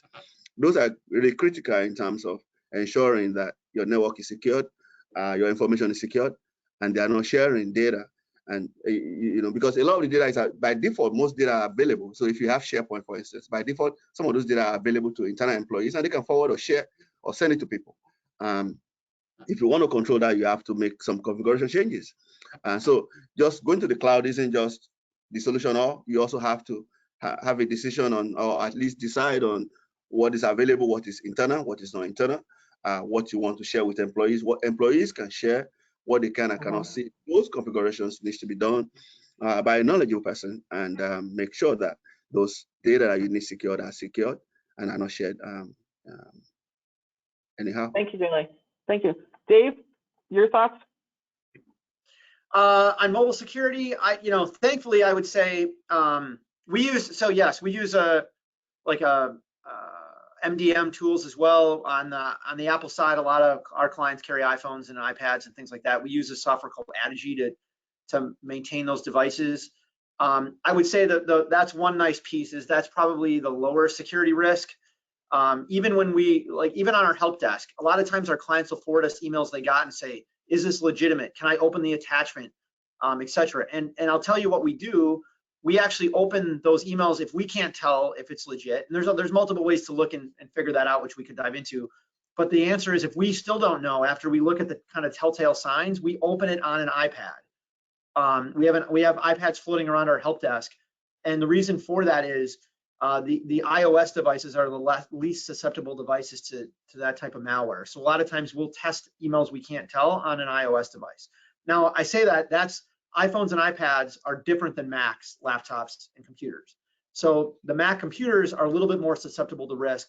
So when I'm saying iOS, I mean specifically iPad and iPhone. Okay. By the way, for those of you that are on this call, there was a request to get all of your contact information. That's been put in the chat. So those of you attending, please gather that, and I'm sure our panelists would be happy to hear from you after the event. we talked a little bit about this, and Dela, you started with a conversation on managed services, this type of thing. I run into a lot of smaller businesses that struggle with having IT people and take care of it as employees that aren't really keeping up to date, that aren't really aware of changing technology. Or in some cases too, it's the cousin or the son or the whoever, kid down the street that takes care of it. And as you get into business, that's probably not a really good idea. But again, there's a cost to this. So Dela, can you talk a little bit about internal versus external? If it's internal, what kind of employee do you really need to do a good job at this? And versus managed service, this type of environment. Dela, your comments on that. Yeah, so I will speak specifically to Microsoft, which is we are a Microsoft partner. While we are also been selected recently to the Microsoft Global Black Partner Channel. The thing with that, with our platform, most folks will say, well, I'll hire some IT person to manage my stuff in-house and do all stuff. But the technology is so diverse, there's so much in there that it's not as easy for just one individual to manage anymore. To have all the skills you need to run a small business that is on the cloud is you have to understand how to run a Yearlink PBS system or a 3CX system. You have to learn how to run Microsoft Azure and do Active Directory on the cloud. So there's so much out there that just having one person to do it for you, you may be better off with having a service provider. Now, the thing is, you can get some of these services yourself. So you can go to Microsoft website and buy Office 365. You can go to 3CX and buy their phone service and set it up yourself. You can do a lot of these things yourself, but there are also what most people are not familiar and may not know is that all these organizations have partners. So in Wisconsin, we are Microsoft partner. So there are other partners in Wisconsin who does Microsoft solutions. So if you want to set up your environment, you may even get some discounts from these organizations if you have the right amount of cost of employees or size of employees is big enough, so that you can have these partners be your first level of contact to help you with most challenges, rather than saying, well, I'll go to Microsoft website and buy my Office 365. I'll go to, and you could do that. Certainly you can. But when you need the help, when you need the configuration, when you need an ongoing support, you will have to come to this organization. So having a partner like that to work with is always suggested. In terms of how you do some of these things, rather than I'm not saying don't hire an IT person. If you have a big shop, the bigger you are, the more you can afford and get folks. You have to do one of the things we do is to do an ROI of an employee as opposed to a service provider or having a monthly payment to an organization that gives you. If you're only using 5 hours of a provider's time, why do you want to hire a full-time employee to do that for you? We've been doing application support for a long time. We'll maintain application on the web and stuff like that. And one of the things we tell folks is, you can have somebody manage your e-commerce website for you and sit down there every day looking at it. Within a year or two, they'll be bored, right? Or you can have some organization that manages 4, 5, 6, 7, 20 organizations similar to yours and only give you a few hours. It's cheaper for you. It's cost effective, essentially. And you get a whole team working on your behalf rather than just one person. So the way we look at it is, even for some of the things that we need that are non-IT, we go to cyber provider. Like talking about the insurance, for instance, I used to go to Hartford and buy insurance, right?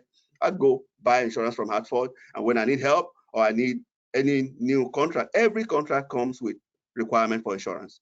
And I have to call Hartford and send them the requirements and say, oh, please can you, and wait and wait and wait. Eventually, somebody said, look, there are insurance providers, in Wisconsin who work with several providers. So we found one based in Waukesha who helps us, every time we have any requirement, I just say, hey, Heidi, look at this. Here is our policy. What do you think? She's going to say, well, fight back on this, push back on this. Don't do this one. This one is okay. I don't ask them to give you an exception on this one. So it's the same thing with IT. It's just working with the provider who understands the market, who understands the requirement, who can help you and guide you through this process. Great advice, Dela. Dave, what's your advice on this? Sure. I think, it really just depends on what industry you're in, what business you're in, and what stage of your own life cycle you're in. And maybe the answer is that all, in-house and external all work. right? So what I mean by that is I would say that there's really three, I see it as three, for small business, three categories of potential IT support, right? One would be what I call a pseudo IT person. What I mean by that is it's not their day job, right? Maybe you're an architecture company and one of your architects is really tech savvy, so they're your in-house IT person, right? So it's not their only job. They're not an IT person by trade. They just happen to be pretty good at it, but they have another day job. So that's one. The other two would be you actually hire a real, an IT person by education to work internally. And then three is you fully partner with someone, a company for external help. Could be a freelancer, could be a company.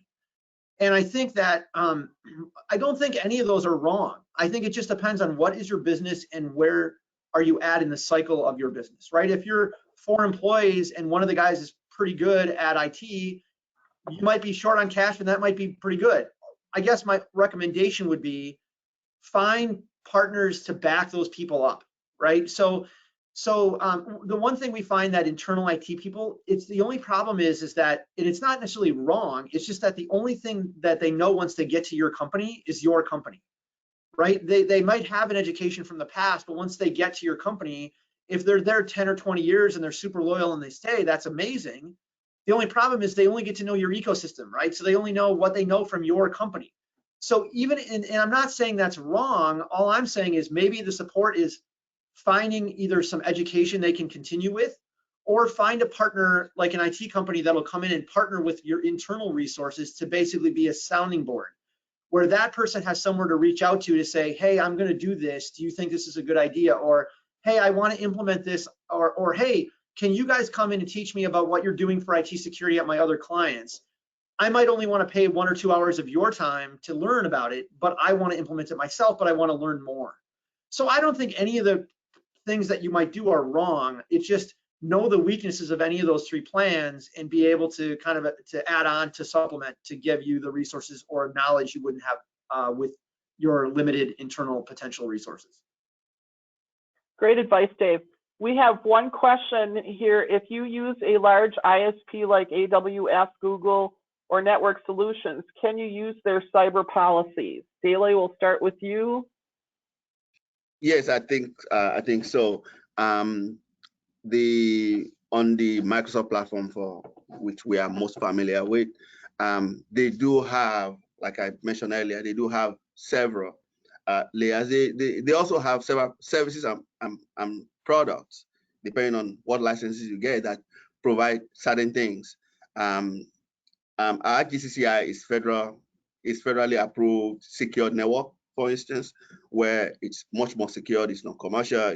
You can share, and you can't even get in on those environments if you are not a GCCI user. You can't use a commercial environment and mix them up. So those products are available from some of these firms if you are paying for it as additional for your cyber. I do think, though, if you ask me personally, as a small business owner, and I haven't been here for throughout this period, our challenge has never been hacking. We have not seen any hacking in our system. Most of us, our challenge has always been, mail, send an email to somebody, try to make them click on a particular button, have an employee do certain things that expose the files of the organization. So really, I haven't seen really concerted effort to hack into our network or get into our network, and like the big organizations where folks sit down and just see if we can break into Citibank account. What we've seen is emails sent to us and click on it, grab all our contacts from clicking on it and send it out, and then they can use all those contacts to send a bunch of emails to other people. Those are the things we see, and I've found, like James mentioned earlier, like dual factor authentication can help with that. Employee policy can help with that, so that you may not need to go to the higher level of getting, some of this higher secured environment if it's not required by your client, to ensure that you are cyber-proof. Rather, I think it's more of a policy issue, for at least for us, than a technology issue. Dave? Mine will be short on this. We're not developers. We're primarily desktop network, etc. So my version of this is a lot of times we're moving client servers to the cloud. You know, and I believe the question was related to, you know, can you rely on some of the cloud providers' coverages and warranties and things like that? Right. And so if I understood it correctly, my answer is all that stuff is great, right? And if you look at moving things to the cloud, you want to move to one of the big players because you need to know, you need to trust. And part of it is you also have to, I think there's a few things we're talking about here. One is, you know, you want to make sure you're secure. The other thing is just a perception, right? So let's say you move things to Amazon and you got breached, right? Part of it is you know, you want to be at a big player like Amazon. One is that you're assuming they're big enough and they're putting so many resources into security to protect you, which they are. But two is even if you got breached, you want to be able to tell your clients, hey, I had my servers hosted at Microsoft or at Amazon, right? You don't want to say I had my servers hosted at the small guy with the, you know, in his closet down the street. You just, it isn't good, right? So some of it's perception. You know, I think whatever you do though, all the things we're talking about today are true. So yes, I think moving to the cloud is great. And even if your entire infrastructure is in the cloud and you only have a few computers and connecting all those cloud resources, you know, you still need insurance, right? So you know, the answer is all these things we're talking about are true. Okay, I've got another question here. I'm going to read it as is. How can I follow up with an outside vendor or organization that we suspect may have had a data breach? I have contacted the organization, but the only response I received so far was an email offering a rebate on credit monitoring. Is there any agency that accepts reports of cyber breaches that can follow up? Dele, you're jumping out of your chair. Yeah, just to understand, this individual found cyber breach and they wanted to report it to the... Is it the FBI, CISA? Who do they report a cyber breach to?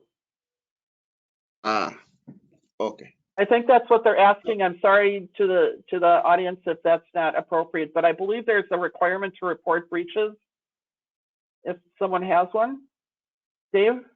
Yeah, so I guess 2 points to that. One is, I will say, just to make sure I'm interpreting it correctly, if we see, let's say one of our clients forwards us an email and it's very clear that one of their vendors or one of their customers got breached and forwarded over, we will go out of our way to contact the people we thought got breached. They might not know it yet. So, the phone numbers in the fake email signature you get might be wrong. We'll go find that person on LinkedIn. We'll look for their headquarters number. We'll call the main line. We'll ask for the person. We'll do a pretty good job to try to chase down that person or someone at that company to tell them that they've gotten breached. And oftentimes they may already know, or they're happy to know because they didn't know. So that would be, I think, one part of it. The other part is if you're asking on a bigger level, we report any breaches we help mitigate. We report to the FBI. If you Google it, there is a process by which you can report to the FBI. They do collect it, they do record it, they may investigate it, just depends on it. There's tons of these things. So I'll be honest, you probably hope that they're doing something in the background, and I think they're so overloaded on this stuff. Unless you're a massive breach or something, they might not do a lot, but they do track it for statistics, and it's still worth reporting. They do follow up. We've had instances where they've called back, even for not major breaks. So the FBI is they're pretty good at turning around and responding to that. I would say if someone's been breached and you haven't been notified, it's probably very early on. The notification, like I said, the B word, right, is if there's an event, that's a little different. But if it's a breach, then there's notifications and it's federal and it's FBI and they will get involved. If there is, I will tell you this, if there's insurance involved, have the insurance involved immediately. And the best way to do that is going to be to make a phone call to the agent that helped you with it, and maybe send an email from a personal email, not from your work email, not from anything related. You need to start moving that over to personal email if something has happened. Do you recommend notifying anyone that may have been, to be open and honest about it as it happens, to the people in your circle, so to inform them that there might be an issue? I would not go blasting it. I think would get a handle on it first. Real bad press. You know, and I think that the question stems from whether knowing or thinking that one of your vendors has been breached and you haven't been notified yet. I can tell you, if you are affected, you will be notified. That same, we work with the Fortune 500 company that had the problem in Wisconsin recently. And people were asking us, they said, well, we know that M3 works with them, so is your stuff safe? Well, like, yeah, I mean, we're fine. Like, we're fine. Just because we work with them doesn't mean that any of our stuff is compromised, you know. But you know, so if you're involved, if your data is compromised in any way, you will know. I think that the credit monitoring is a nice olive branch, mainly because most people don't take it. You know, they're not required to offer it, but it puts some good faith. And the fact of the matter is that most people don't take it. So it's just something nice that they can say they did.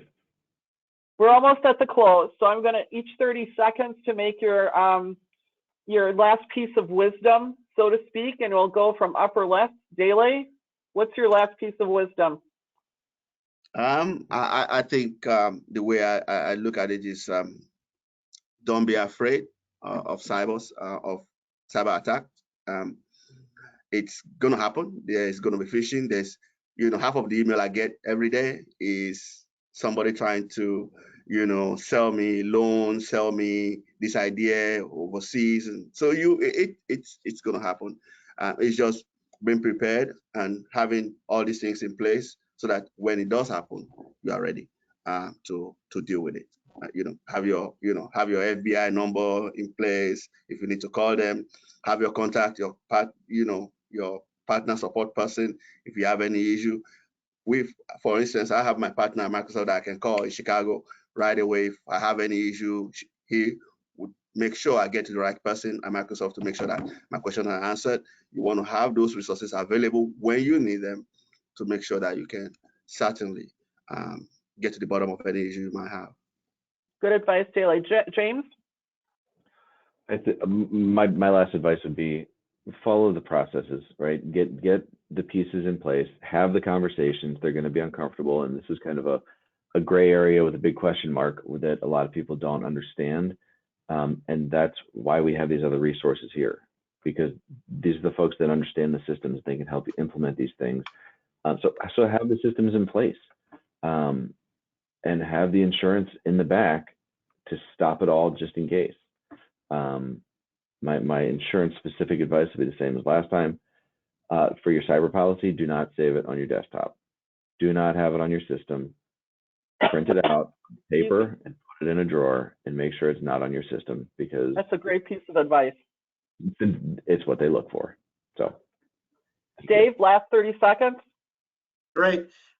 We have, because awareness is key, right? Why are we all here today? On our website, my last name's stamtech.com/security. If you go there, you can type in your info and we'll send you just a one-pager of 12 things that you should do, including MFA, EDR, etc. We also go around to our clients and give a 1-hour presentation to their staff about IT security. And we actually have a recording of the last one we did about a month ago. So we're happy to send that out as well. We're not trying to sell you anything. We're just trying to help you guys out. So happy just to send the resources. I guess very last comments would be, if something does happen, you know, don't panic. You need to move quickly, right? So time is of the essence. If you have an insurance company and insurance cyber policy, you want to engage them right away. Even if you're not going to pay the ransom, don't worry. They have resources you will never get access to. So call them right away. But no matter, even if you don't have something put in line, find someone you can trust and try to take the emotion out of it. What I found with small businesses, they're so angry that they got hit with ransomware, or that their accountant wired out $20,000. You know what? Stuff happens. We've all been there, and don't be mad at the person, or they get so angry they can't focus on just let's get through this. We can worry about blame and cleaning it up later. But right now we just need to cruise through it. So just try to stay calm, but you do need to move quickly. sometimes the ransom increases, or if you wired money out, your time to get that money back is likely 0 to 1 or 2 hours. So you want to move fast. So try to stay calm, find a friend that knows this or a partner, and just move as fast as you can, but stay calm. Great advice. Daly, James, Dave, thank you so much for joining us this morning. Great advice. And again, we put their contact information in the chat for you guys that joined us today. So if the three of you get contacts, that's where they're coming from. Michael, I turn it over to you for the next session. Thank you. Thanks, folks. Thank you, Ina, and thank you for all of you attending this session and to this hour's speakers. We will take a short break and return at the top of the hour for the next session, federal, state, and local small business certifications. And for all of you on this session, just a quick reminder to go to the Small Business Academy resource directory. The information for the resource directory is in the chat, and you can visit it at www.sbeacademy.com. And again, this is Wisconsin Lieutenant Governor's Small Business Academy. Our keystone sponsor is US Bank, and this event is organized by the Wisconsin Economic Development Corporation. See you all in a few minutes.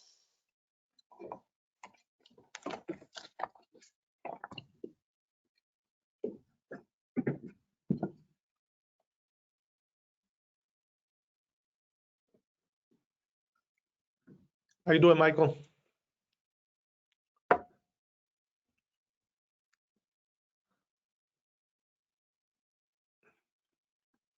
Hello? It shows you talking.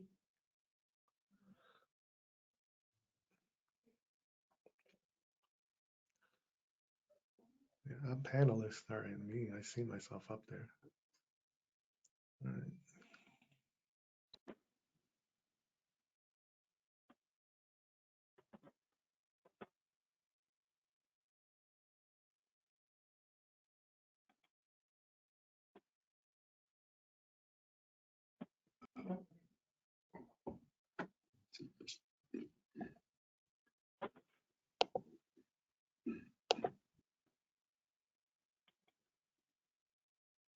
Hello. Hi.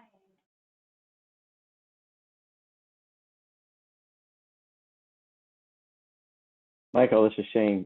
Just checking to see if anybody can hear me. I'm having issues hearing everybody today.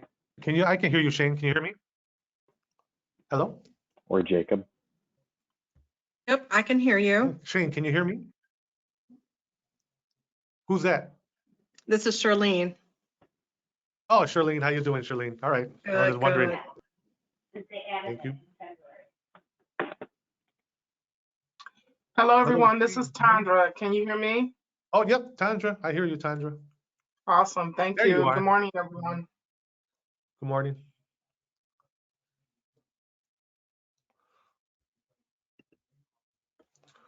Let me see. All right, I'm sharing my webcam here.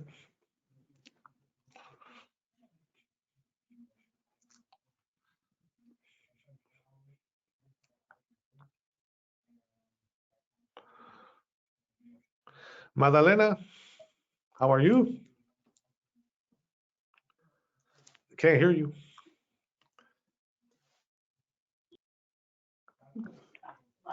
I don't know if you're talking to us, Madalena, or. Yes, I was talking to you. There you I go. always have an issue with this camera on this platform. Hello, everyone. This is Michael with the Wisconsin Small Business Academy. We are starting at 11 o'clock, and if you would please just wait a couple minutes, we will start officially with the session. And a quick reminder to review the resource directory at www.sbeacademy.com. Thank you very much.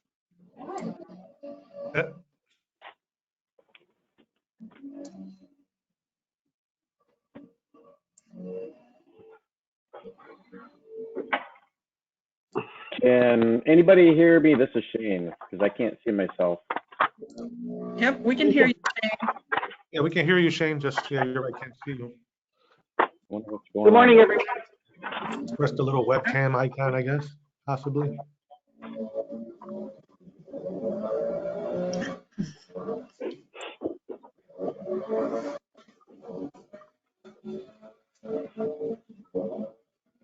Anybody else getting bad background noise there?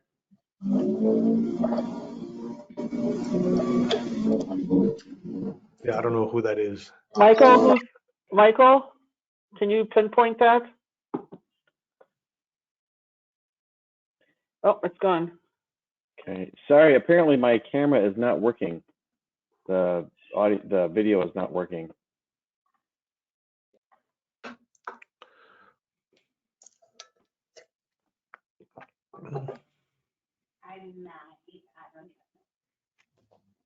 And we're still waiting on Nikki, right? Nikki's the only one missing?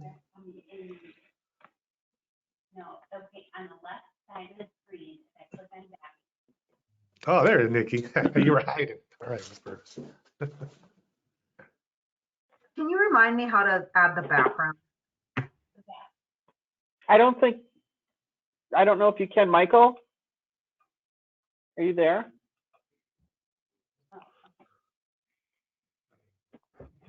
I mean, I guess my living room is fine, it's just.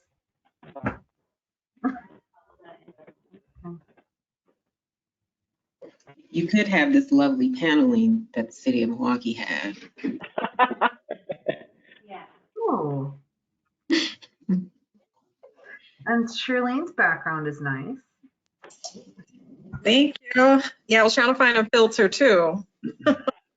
Good morning, all. Welcome to the Wisconsin Lieutenant Governor's Small Business Academy, organized by the Wisconsin Economic Development Corporation and sponsored by U.S. Bank. This hour's session is federal, state, and local small business certifications. And just a quick reminder to everyone in the audience, we will take Q&A at the end of the session.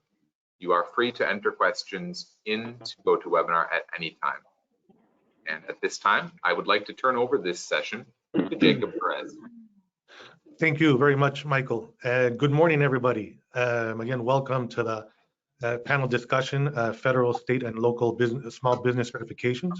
My name again is Jacob Perez, Great Lakes Region Director for the Small Business Transportation Resource Center, the SBTRC.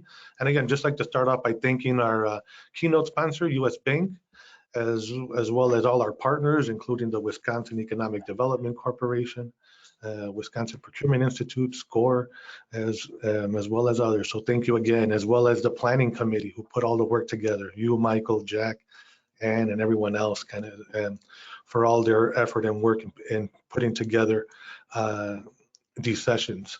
So with that, again, we'll start off by introducing we're going to start off with just basic introduction. So I'll let our panelists introduce themselves, the organization they work for, and their mission. So we'll start off first with Shane. Go ahead, Shane. Good afternoon, everybody. Thank you, Jacob. I just want to apologize right away that I do not have, something's wrong with my camera, so we'll throw that out there. Probably lucky for everybody. So I am Shane Mahaffey. I'm the Lead Business Opportunity Specialist with the Small Business Administration here in Wisconsin. The Small Business Administration was created in 1953 as an independent agency of the federal government to aid, counsel, assist, and protect the interests of small business concerns and to preserve that free competitive enterprise and maintain the overall strength of the economy. Now, the SBA recognized that the small business is critical to our economic recovery and strength and to building America's future and to helping the United States compete in our global marketplace.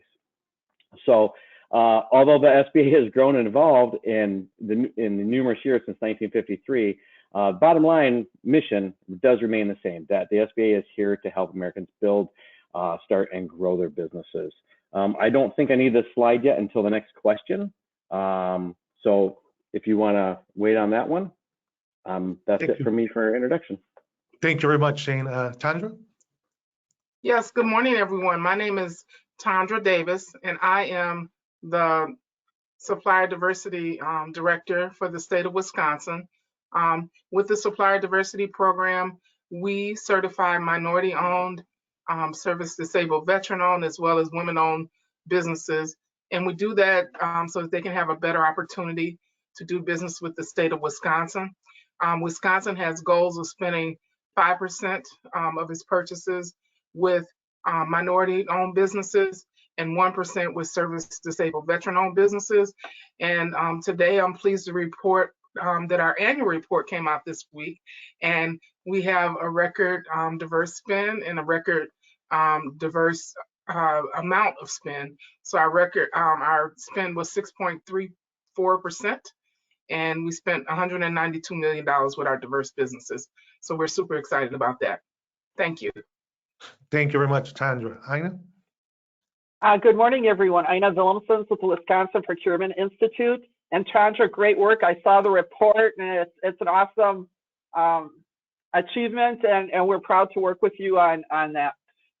So what our group does is we don't certify anybody, but what we do is help small businesses get certified and help them get into the government marketplace. So if someone's looking for their certification, needs a little assist, our staff will sit down and help them. Our organization works to do individual counseling, small group training, conferences. Our guys are working this conference in the back room today, so thank you, guys down on the first floor, for pulling this together, and glad to be here. Thank you, Jacob. Thank you very much, Ina. Charlene? Good morning, everyone. I'm Charlene Clayton. I'm with the Office of Community Business Development Partners under Milwaukee County. It's a pleasure to be joining you all virtually. Under Milwaukee County strategy, one county, one plan, creating and building power to make change. Our mission is to increase the overall economic viability of small and disadvantaged businesses throughout the county and the region. Our certifications department is part of the Wisconsin Unified Certification Program, also known as Wisconsin's UCP.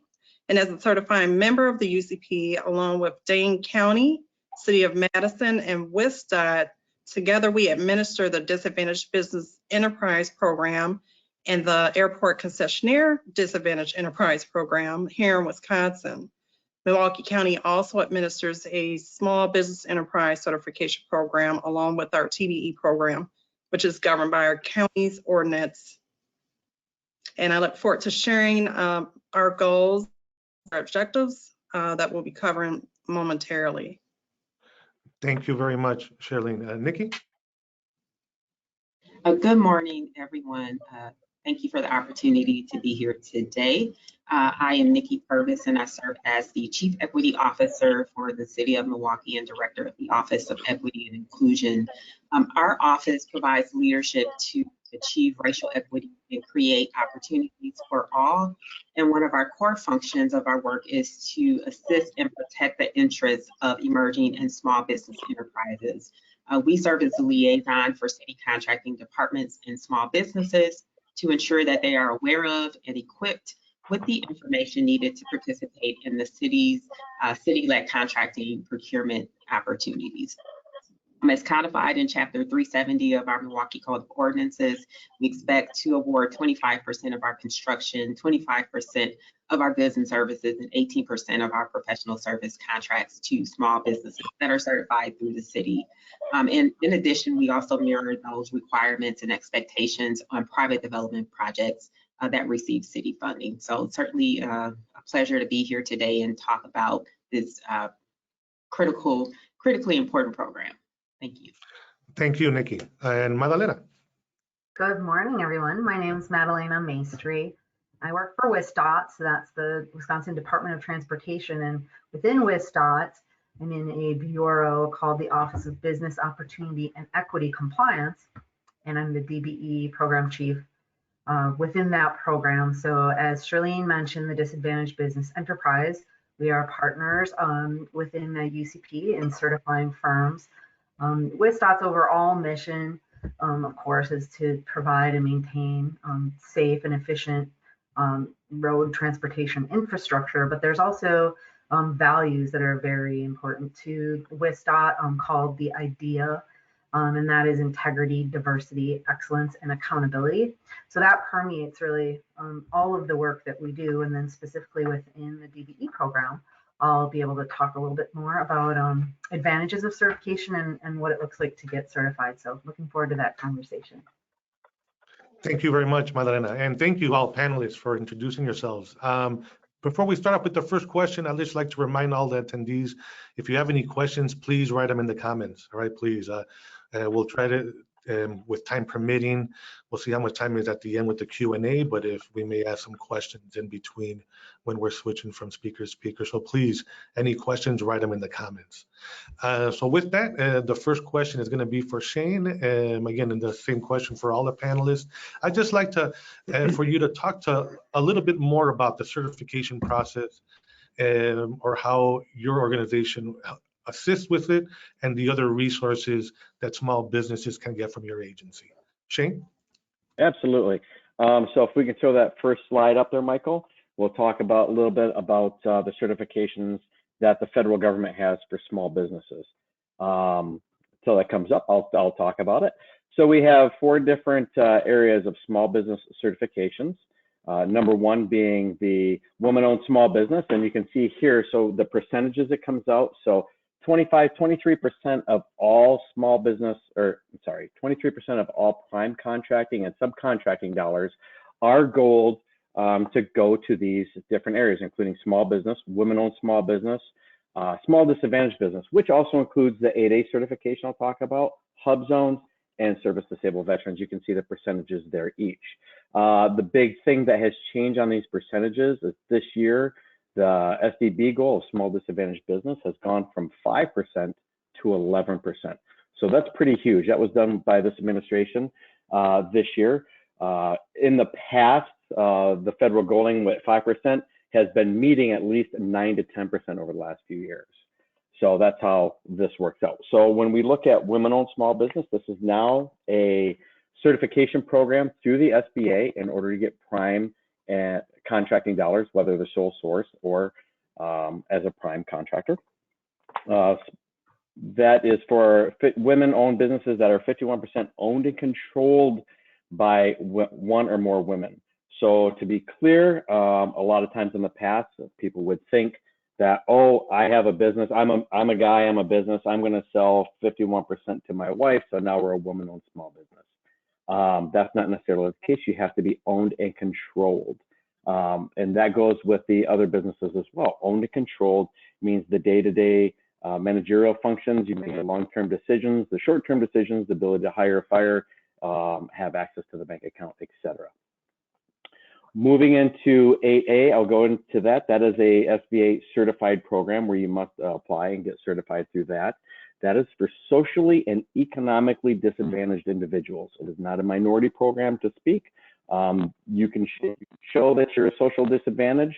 That's available too, but we do have presumed groups that are already determined to be socially disadvantaged. And that's what we would think of as minorities, such as Asian Pacific Islanders, Hispanics, Black Americans, etc. on down the line. The 8A program is a 9-year business development program. So once you come into the program, you have 9 years to be in it. Once your 9 years is done, you're out. If you leave the program early, that's it. You can't come back in again. It's a one-time shot only, and that's only applies to the 8A certification.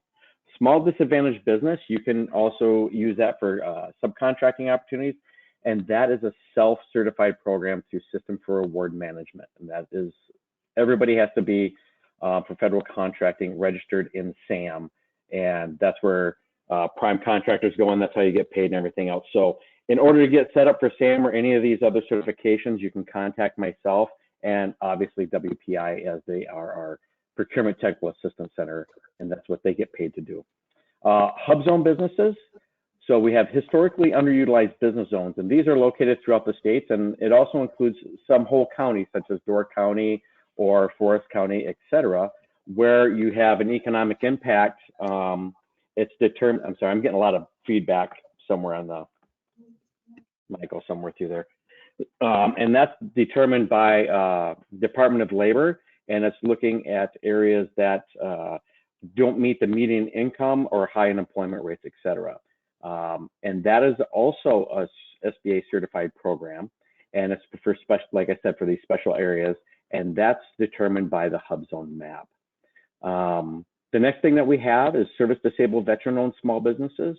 Currently, you can be self-certified for a service-disabled veteran-owned small business in SAM and do prime and subcontracting throughout the federal government, with the exception if you're going to do government or do work with the Department of Veterans Affairs. And there, if you're an SDVOSB or a veteran-owned small business, you must be certified through the VA's program called CVE. So that's the one place you must be certified. Right now, that's how it's set up. Come January 2023, the SBA will be taking over that certification program from CVE. If you're already CVE certified at that time, there's no worries, but we'll take it over starting in January 2023. So as you can see right here, these are set-asides for sole source and prime contracts, and they are reserved for small businesses. In these programs, it's automatically reserved between the micro purchase threshold of $10,000 and the simplified acquisition threshold of $250,000. So if a contracting office wanted to go outside of one of these small business programs and it falls in between those parameters, they have to ask special permission through their contracting agency to do so. And it's not so easy to do so. Anything above the $250,000 is not automatically set aside, but it is encouraged for small businesses to be looked at for set-asides and sole sources as well. I think I've covered that portion. If you can hit the next slide really quick, I do want to throw out a little say blurb for the new Thrive program for emerging leaders. This is a program that I run for small businesses, and we have a new cohort this year. We typically have run it in Milwaukee since 2008. We have a new cohort also in Green Bay this year, and we're accepting applications to the end of May. It is a growth program to where when you're at the end, what you come out with is that you have made a 3-year growth plan for your business. This is not for startups per se. This is a couple eligibility things, is that you must be in business for at least 3 years or more. You have 1 employee besides yourself, and that can include part-time, and that your revenues for last year were $250,000 or more. You can find more information on SBAthrive.com, or you can just contact me through the Wisconsin SBA district office, and I can give you more information as well. Thank you very much, Shane. Thank you. Thank you. Tandra?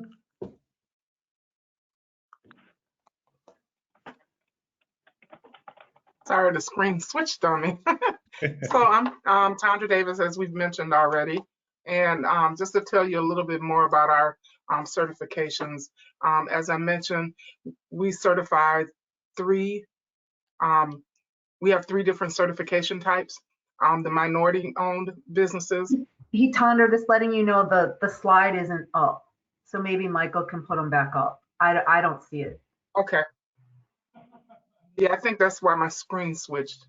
Okay, yeah, it's not showing. I'm sorry, Michael, if you could bring the slide up. But I'll continue because I want to make sure we're on time. The service disabled veteran-owned businesses, and then also woman-owned businesses. And with our program, everything is according to our statutes and administrative code. But the main core requirements that we have are that the business ownership is 51% by that targeted population. We call that the majority ownership. And with that, we're looking to see that the business is managed, that is owned, and that is also controlled by those majority owners. And then also for businesses to be certified with us, they have to have a useful business function. And really that just means that they have customers. And they need to be under the current diverse ownership for at least 1 year, and have federal business taxes 1 to 3 years. If they have at least 1, we can work with all of the certification types. But if they've been in business longer, we do expect to get those 3 years of federal business taxes. For our MBE program, there is no fee. There's no application fee. However, for our DVB and WBE program, this is according to statutes, that there's a $150 fee at this time. Once you are certified, there's a 3-year certification period. So for those that have to pay for the certification, you can look at it as maybe $50 a year, $1 a week, and we think it's worth that. Should you become certified? I mean, I know we always want to say, you know, everyone come into our realm of certification, because that gives us a bigger pool for our agencies and our campuses to be able to purchase from. But I think every business should consider for themselves whether or not certification is a good idea, especially you're going to hear about all the other certifications today. So for state certification, you should be sure that the state purchases your good or service. I like to use an example I heard a while ago. You know, if you're selling horse whips, you know, we do have horses some places in the state of Wisconsin. And so maybe you might be able to sell 3 to 5 of those a year. That may not be, you know, the best place for you to spend your resources becoming certified. So really you should consider how you would be able to interact with the state of Wisconsin. You should be able to provide the good or service on a large scale. If you can imagine the state of Wisconsin, we have 72 counties, we have over 50 agencies and campuses. And so when a lot of times when the bids go out or when the contracts or projects go forth, they tend to be large scale. We do try to get them kind of right sized to help our smaller businesses be able to compete, but oftentimes they are large scale. And then also you should be okay with sharing your business information. We are a government agency, and for us to check that you meet the requirements, we do need documentation of that. And then the other thing is you need to understand that it's going to take effort to win state contracts. Oftentimes, and we're trying to dispel this myth here with the state of Wisconsin, businesses become certified and they just expect all the contracts to just come flowing to them. But it really requires work. It requires you to network with the agencies, let them know of your capabilities, and it requires you to put bids in, which is not always, you know, an easy process. And then finally, but once you do decide to do that, the certification benefits are great. Number one, if you are a DVB or an MBE, we have a permissive 5% bid preference, which means oftentimes the state buys on low bid.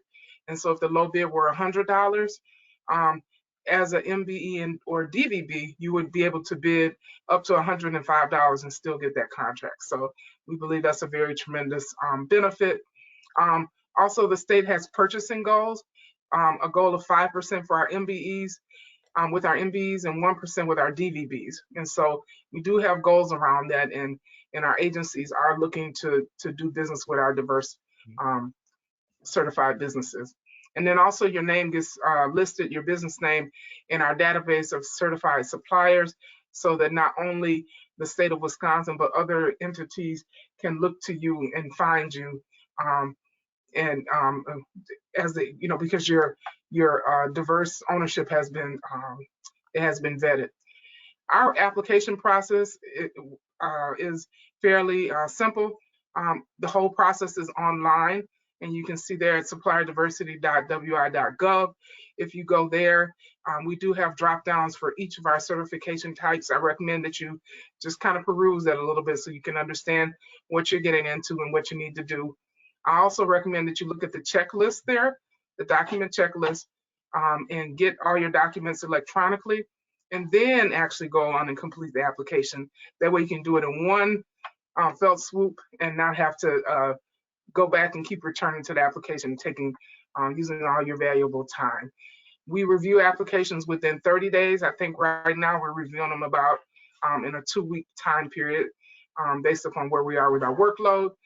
And then once you do that, once you are approved, again, we say network, bid, win, and perform. So we hope to see you join or apply for certification with the state of Wisconsin. Thank you. Thank you, Tandra. Thank you. Aina. So as I mentioned earlier, WPI does not give certifications, but our function in this is following up on some of Tandra's comments, is working with a business and evaluating to see if a certification would be of value to them. You know, look at the marketplace and see which certification would be of value. As you'll hear, Shane's, you know, the federal certification is different than the state, is different than WSDOT, is different than the city. And a business has to be aware of the benefit as well as the obligation when they go forward and do this. So that's our role, and I'll defer the rest of my time to the certifiers. Thank you, Jacob. Thank you, Aina. Charlene? All right. So again, Milwaukee County, under our goal, one of our objectives is to proactively seek and certify qualified firms to participate in our certification programs. We currently administer 3 certification programs. There is no cost associated. And like Tandra said, you want to make sure that if you do seek certification, that the services or goods you provide, that is the type of buy that Milwaukee County is doing. So as to not waste your time or avoid rabbit holes. Our application process is entirely online as well. So just to briefly go over the certifications that we currently offer, which is the DBE certification, which the firm would have to be 51% owned by one or more individuals who are both socially and economically disadvantaged. And in the case of a corporation, 51% of the stock would need to be owned by one or more such individuals. They would also need to manage and have daily operations which are controlled by one or more socially economically disadvantaged individuals who owns it. The same criteria would need to be met for airport concessionaire ACDBE certification, except for you would need to meet the criteria in being an airport concessionaire. We also have the SBE certification. That would be a firm that is organized and who makes profit. They're independently owned and operated and not dominant in their industry. And they meet small business size regulations as defined by SBA and their associated identification requirements. Milwaukee County also offers targeted business enterprise type of registration program where we honor several different certifications. So for projects that are not funded by USDOT, the FTA or FAA, any of those federal programs, the TBE programs, our TBE program widens the pool of potential minority, women, and small businesses to contract services with. A definition of a TBE is any company that is certified as a DBE under Wisconsin's UCP, or certified as a minority or women-owned business with the state of Wisconsin Department of Administration, or registered as a small business with Milwaukee County, or also certified with the SBA and found in the SAM registry. Our other objectives is to promote small business opportunities and capacity building measures for small and disadvantaged businesses. We establish contract goals to help firms that are ready, willing, and able to participate on Milwaukee County projects. We also monitor and enforce those contract goals in accordance with project specifications and county ordinances. We partner with internal and external stakeholders to further our mission in supporting small businesses. And just to share with you several benefits to being certified, you would have more access to prime contractors who are looking to fulfill DBE participation for projects. Your business will be published in the state DBE UCP directory. It also expands opportunities to compete for federal contracts on a more level playing field. And it gives you an opportunity to build a positive DBE track record, which can land other contracts with other agencies. if you're interstate DBE certified in your home state, you can also become certified in the state of Wisconsin with us. The certification serves as a great marketing tool for your business. You know, it's something you can put on your website or on your cards. And also it gives you access to e-notify opportunities. And we encourage you to sign up for e-notify so that you can learn of opportunities, and to also go on to our website. We have our procurement page where they list out some of those other contracting opportunities for Milwaukee County. And we also have Bonfire. So if you register in Bonfire, you can also learn of other procurement opportunities with Milwaukee County. Thank you, Shirlene. Thank you. We have to move on to the next leader. Thank you very much. Nikki.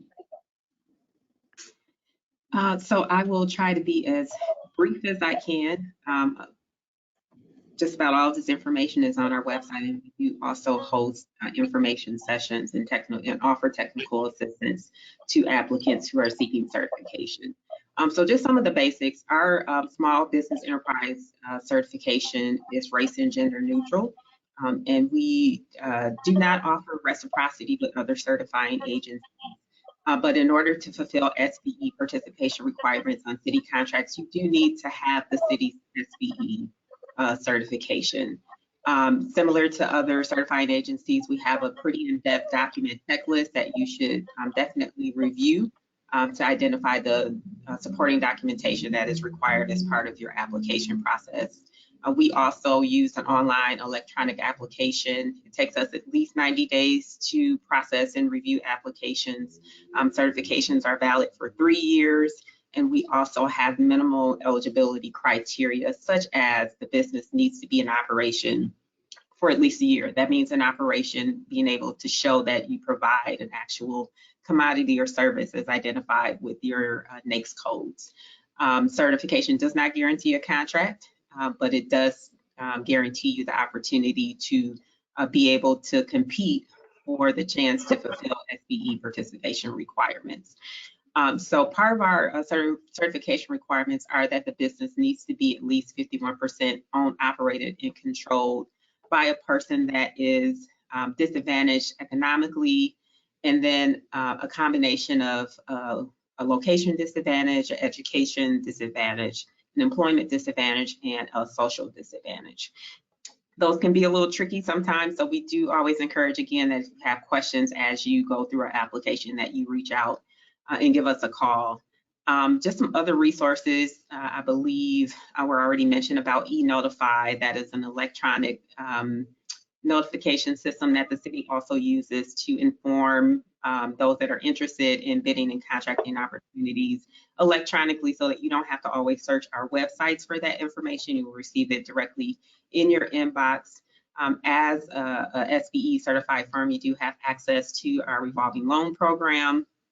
The city also has an LBE, local bid incentive program, that is accessible. We have a socially responsible bidder program, and as you have your SBE certification, you get a little bit extra credit, if you will, when you use these programs as you bid on RFPs. We also encourage the purchase of Milwaukee-made, Milwaukee County-made, and American-made goods. Other resources that are available to you is our city's buying plan, which is a forecast of potential contracts for the next 5 years. That is also accessible on the website, in addition to historical awards being posted for every contracting department for you to be able to review information in terms of contracts that have gone to prime contractors, and provide an opportunity for you to network, but also just identify when potential contracts will be expiring and new bids and RFPs are going out on the street. So that's it in a nutshell, just to ensure that we have time for others. Awesome, Nikki. Thank you very much. And last but not least, Madeleine. Thank you. Well, Shirlene did a great job talking about the requirements for DBE certification, which again is Disadvantaged Business Enterprise Program. So I won't go over that piece again, but just take note that there are some requirements as with all certification programs. And this one specifically, socially and economically disadvantaged, must be both. Maybe I can focus a bit on the advantages of DBE certification, specifically as it relates to the resources we offer and how do you get into industry, you know, what is the purpose of having this certification. And so for the modes that US DOT focuses on, aeronautics, highways, transit, each of these areas that have contracting that include federal funds, there's a possibility to include a DBE goal on those projects. And so we look for the subcontractable opportunities there, and we look towards meeting an overall goal, but that's one way that a DBE certified firm has an advantage, because prime contractors are looking for you to satisfy that goal on the contract. So you're listed in that DBE directory, which Shirlene talked about. We also have an interactive map, so you can go to that map and look at every DBE within the state. Within, you expand out, you can see any of the DBEs certified throughout the states based on our interstate certification. You can look at the type of work done. You can also look at the 6-year WSDOT construction plan. So depending on what layers you'd like to look at, how in depth you'd like to get, that's a pretty great tool. You are listed there prominently if you're a DBE, and contact information, NAICS code, work type information, all of that is there. One of the other programs that will recognize DBE certification is the MBE program. So Tandra and I work together a lot on spreading the word to firms that, you know, if you're DBE certified, it's a very simple process to then become MBE certified and take advantage of the opportunities in those programs as well. So look into that. I like what Shirlene was saying about recognizing other certifications too. And I know we all sort of talk about that in terms of how can we make it a little more simple for those small businesses to maybe consolidate some certifications. So that's great that the county's doing that. Specific to WSDOT, and this will be for any UCP certified firms, so any DB on our directory, could be WSDOT, City of Madison, Dane County, or WSDOT who certified you, Milwaukee County, did I say? We offer loan mobilization services, legal services like reading a contract, you know, and should you understand all these terms before you sign the contract. We have some accounting services that could help you learn some programs, make sure that you're considering everything you need to in terms of back office, running your business, bidding, estimating assistance, reading plans, navigating WSDOT site, which can be pretty daunting as if you're just getting into state work. So we have resources to help you do that. We have a thriving mentor protege program, and that's in consulting and in construction. So many opportunities there for our firms, and also coaching that can help identify before entering maybe the mentor protege program, which could be more than you need to enter right now, or doesn't quite fit with the type of business you have. We offer coaching too, so we can look at what are the types of services you offer, what types of promotional tools do you have, how do people know what you do, can we help you work on a capability statement, what is your social media presence, all of those types of things, and then helping you look outside the box in terms of the type of contracts that might be available to you through WSDOT that might not have you know, been associated directly with an item, for instance, on a construction contract. So I want to make sure I respect time here, but yeah, please let us know if you want more information. I think that I've got links built into these slides, but I'm not sure that the audience has access to the slide. So just maybe Jacob or Michael, let me know the best way to get that information out. Thank you very much, Madalena. We're moving along. We do have a few questions, but we'll hold them out to the end because I want to get this last question that we had for for the panelists in. So again, I'm going back to beginning. Shane, again, and this question will be for everyone. In your experience servicing small businesses that have tried to enter the government market, what advice do you have for firms entering the arena today? We know there's big infrastructure money coming, and we're still kind of in this post-pandemic phase. So, yeah, what advice do you have for these firms today, Shane? I love this question because before SBA, I used to be a contracting officer for the federal government as well. So I'm hitting both sides here. And some of the biggest things that I see, Tandra stole my thunder with buggy whips, but the federal government is the biggest purchaser of supplies and equipment and services in the entire world. But with what your business is providing, how much are we how much are we buying from what you're selling? So that's going to be the biggest thing that I could see, where people come in and they have big ideas and they're going to make a lot of money by selling to the government, but we're not really buying that much. So they put forth a lot of effort and they spend a lot of time on trying to sell to the government, and we're not buying that much. And a great way to figure out, is the government buying what you're selling for the federal government, is, again, I'm going to point to Ina over at WPI and get signed up for bid matching, because it's a service that's going to help you find who's buying what you're selling in the government, because it's so big, instead of you going out on your own and trying to look through SAM.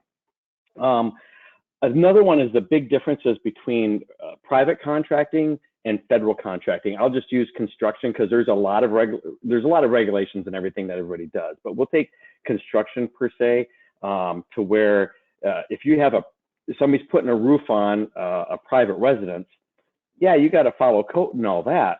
But when you come over on the federal side, well, now all of a sudden, here's another 16 pages of regulations that you have to abide by, excuse me. And that can be a daunting task if you're not prepared for it. Again, Ina, raise your hand. Who can help you understand your regulations and everything else that's coming out in solicitations? It's WPI. That's what they're here for. They're here to help you out with all of that. And the last but not least, so you've gone out, you've networked yourself, the government's buying what you're selling, you understand the solicitations and everything else, and you're a small company, maybe you got 5 employees and you're doing well, and all of a sudden you snag that $7 million contract. Yeah, you can't see it, but both my hands are up, and yes, you've made it. Now you caught the fish, right? Yeah. But that's a big bluefin tuna that you caught, and it's 800 pounds, and now you got to reel it in, and now you got to clean it. So now how are you going to perform on this big contract? Do you have the capability and the capacity to actually perform on that big of a contract? So these are things that I think that people get wrapped up in, and then they get it, and then they're overwhelmed, and then it's not a good experience for them, or what the government sees from you as a contractor. So that's something that you need to scale and find out. So that's my top 3, and we're good to go. Spot on, Shane. Spot on. Thank you. Tandra. Yep. Sure. Shane, my apologies. I'm probably pretty sure that I got the horse whip, buggy whip idea from you. I'll have to find another one. It's all good. But anyways, my take on this is, first of all, especially with the state of Wisconsin being so large, as I mentioned before, we have 50 plus agencies and campuses that the businesses could potentially get spend with.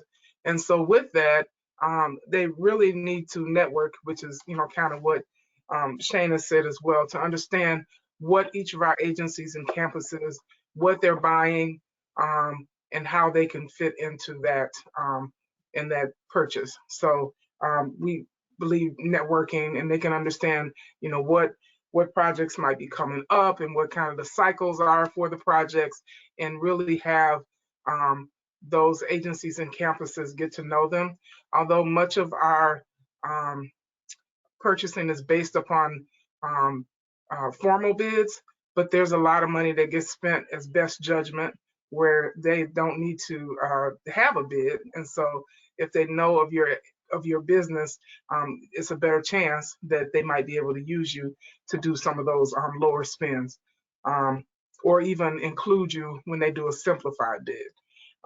The other thing I would say is to make sure with the state that you're watching for the different projects once you've identified which agencies could potentially do business with, and kind of to support what Shane is saying. Early on, I would recommend that you don't even bid on anything that you don't have the potential to carry out right away. So if I'm bidding on it, I have everything, I have the capacity right now to be able to do it, rather than getting that bid, being awarded it, and then failing. So that's the way I recommend that you do it. And since the process is so arduous, don't be discouraged if you do bid on a project, you don't get it. Take that opportunity to connect with the agencies and campuses, figure out why, even request information from the business who did get it, and you can kind of look at their documentation and see what they did to kind of guide your next bidding strategy. So those are some of the things I would recommend. Thank you. Thank you very much, Tandra. Heina. I have no comparison to buggy whips and tunas, but my advice is, and we deal with a lot of businesses over many years, and the first thing a business needs to do is do their homework. If they don't do their homework, none of this matters. They need to understand, whether it's certification or sales or whatever, when it comes to the government is demanding. They're not very forgiving. They're intrusive. They can be mean. But it's also, on the other side of the coin, it's a great market, right? They pay their bills. There's long-term opportunities. There's access to growth opportunities as they perform well. So there's a good side and there's a challenging side. And it's go in with eyes open. It's playing with the big boys, no matter if it's with the city, the county, the feds, it doesn't matter. They've got the power, and you have to be ready to work in their space, okay?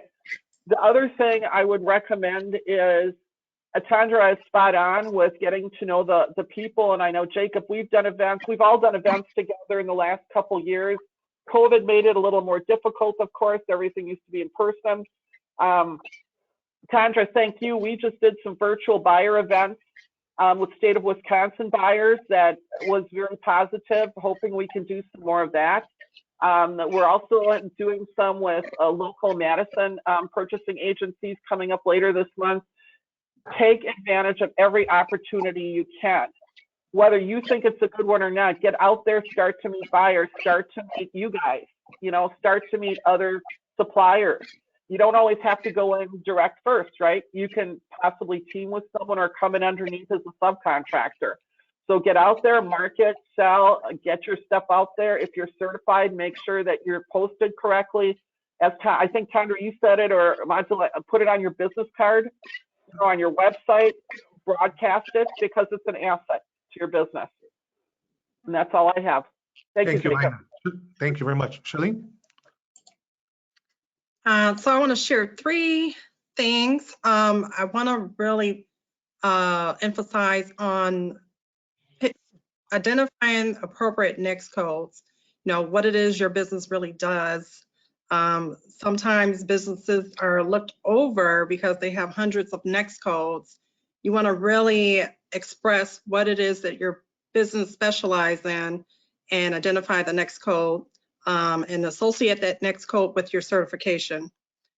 Also, again, as I stated before, making sure you're seeking certifications that are really going to help your business. Be sure you seek out agencies that procure your goods and services. Remember that you also must be proactive, so that when you do have an opportunity, that you take advantage of it, use it to pivot your business. And also make sure you invest enough time in crafting your business, spend enough time really designing what your business does, and figuring out how to meet the needs and wants of the agencies you're seeking to do business with. Thank you. Thank you very much, Charlene. Nikki. So yes to just about everything that has been said. Just a couple of extra points to really highlight. It is so critically important to do your research.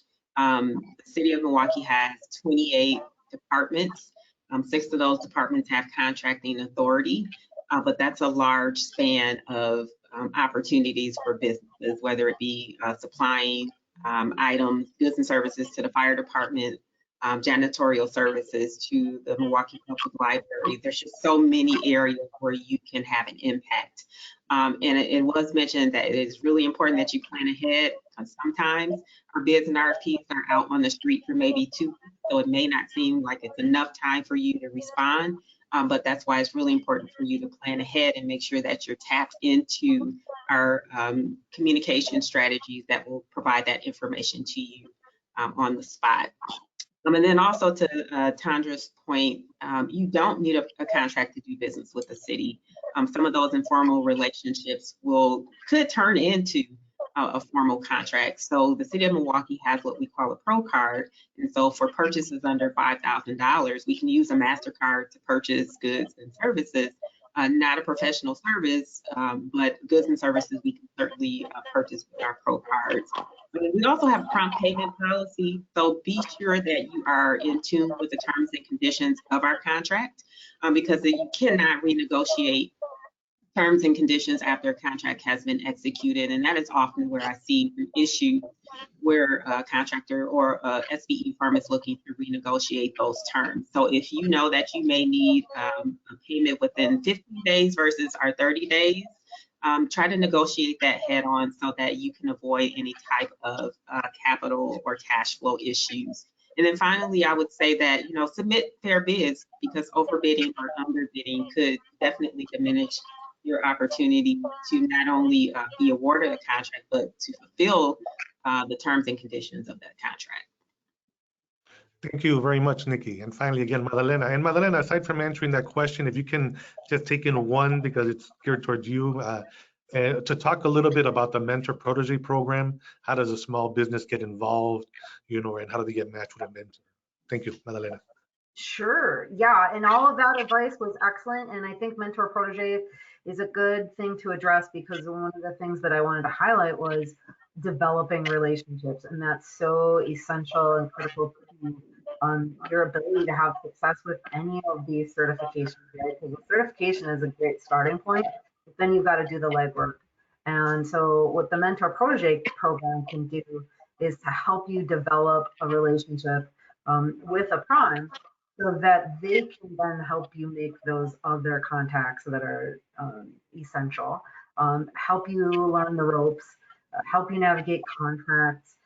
Do you know everything that goes into bidding and estimating? It's really a relationship that is centered on the objective that your business needs to grow, and your mentor wants to see you be successful, because then you're also contributing to their success. You're an even stronger subcontractor, potentially even a prime at some point, because you've been able to build that sort of expertise within the field you're working in.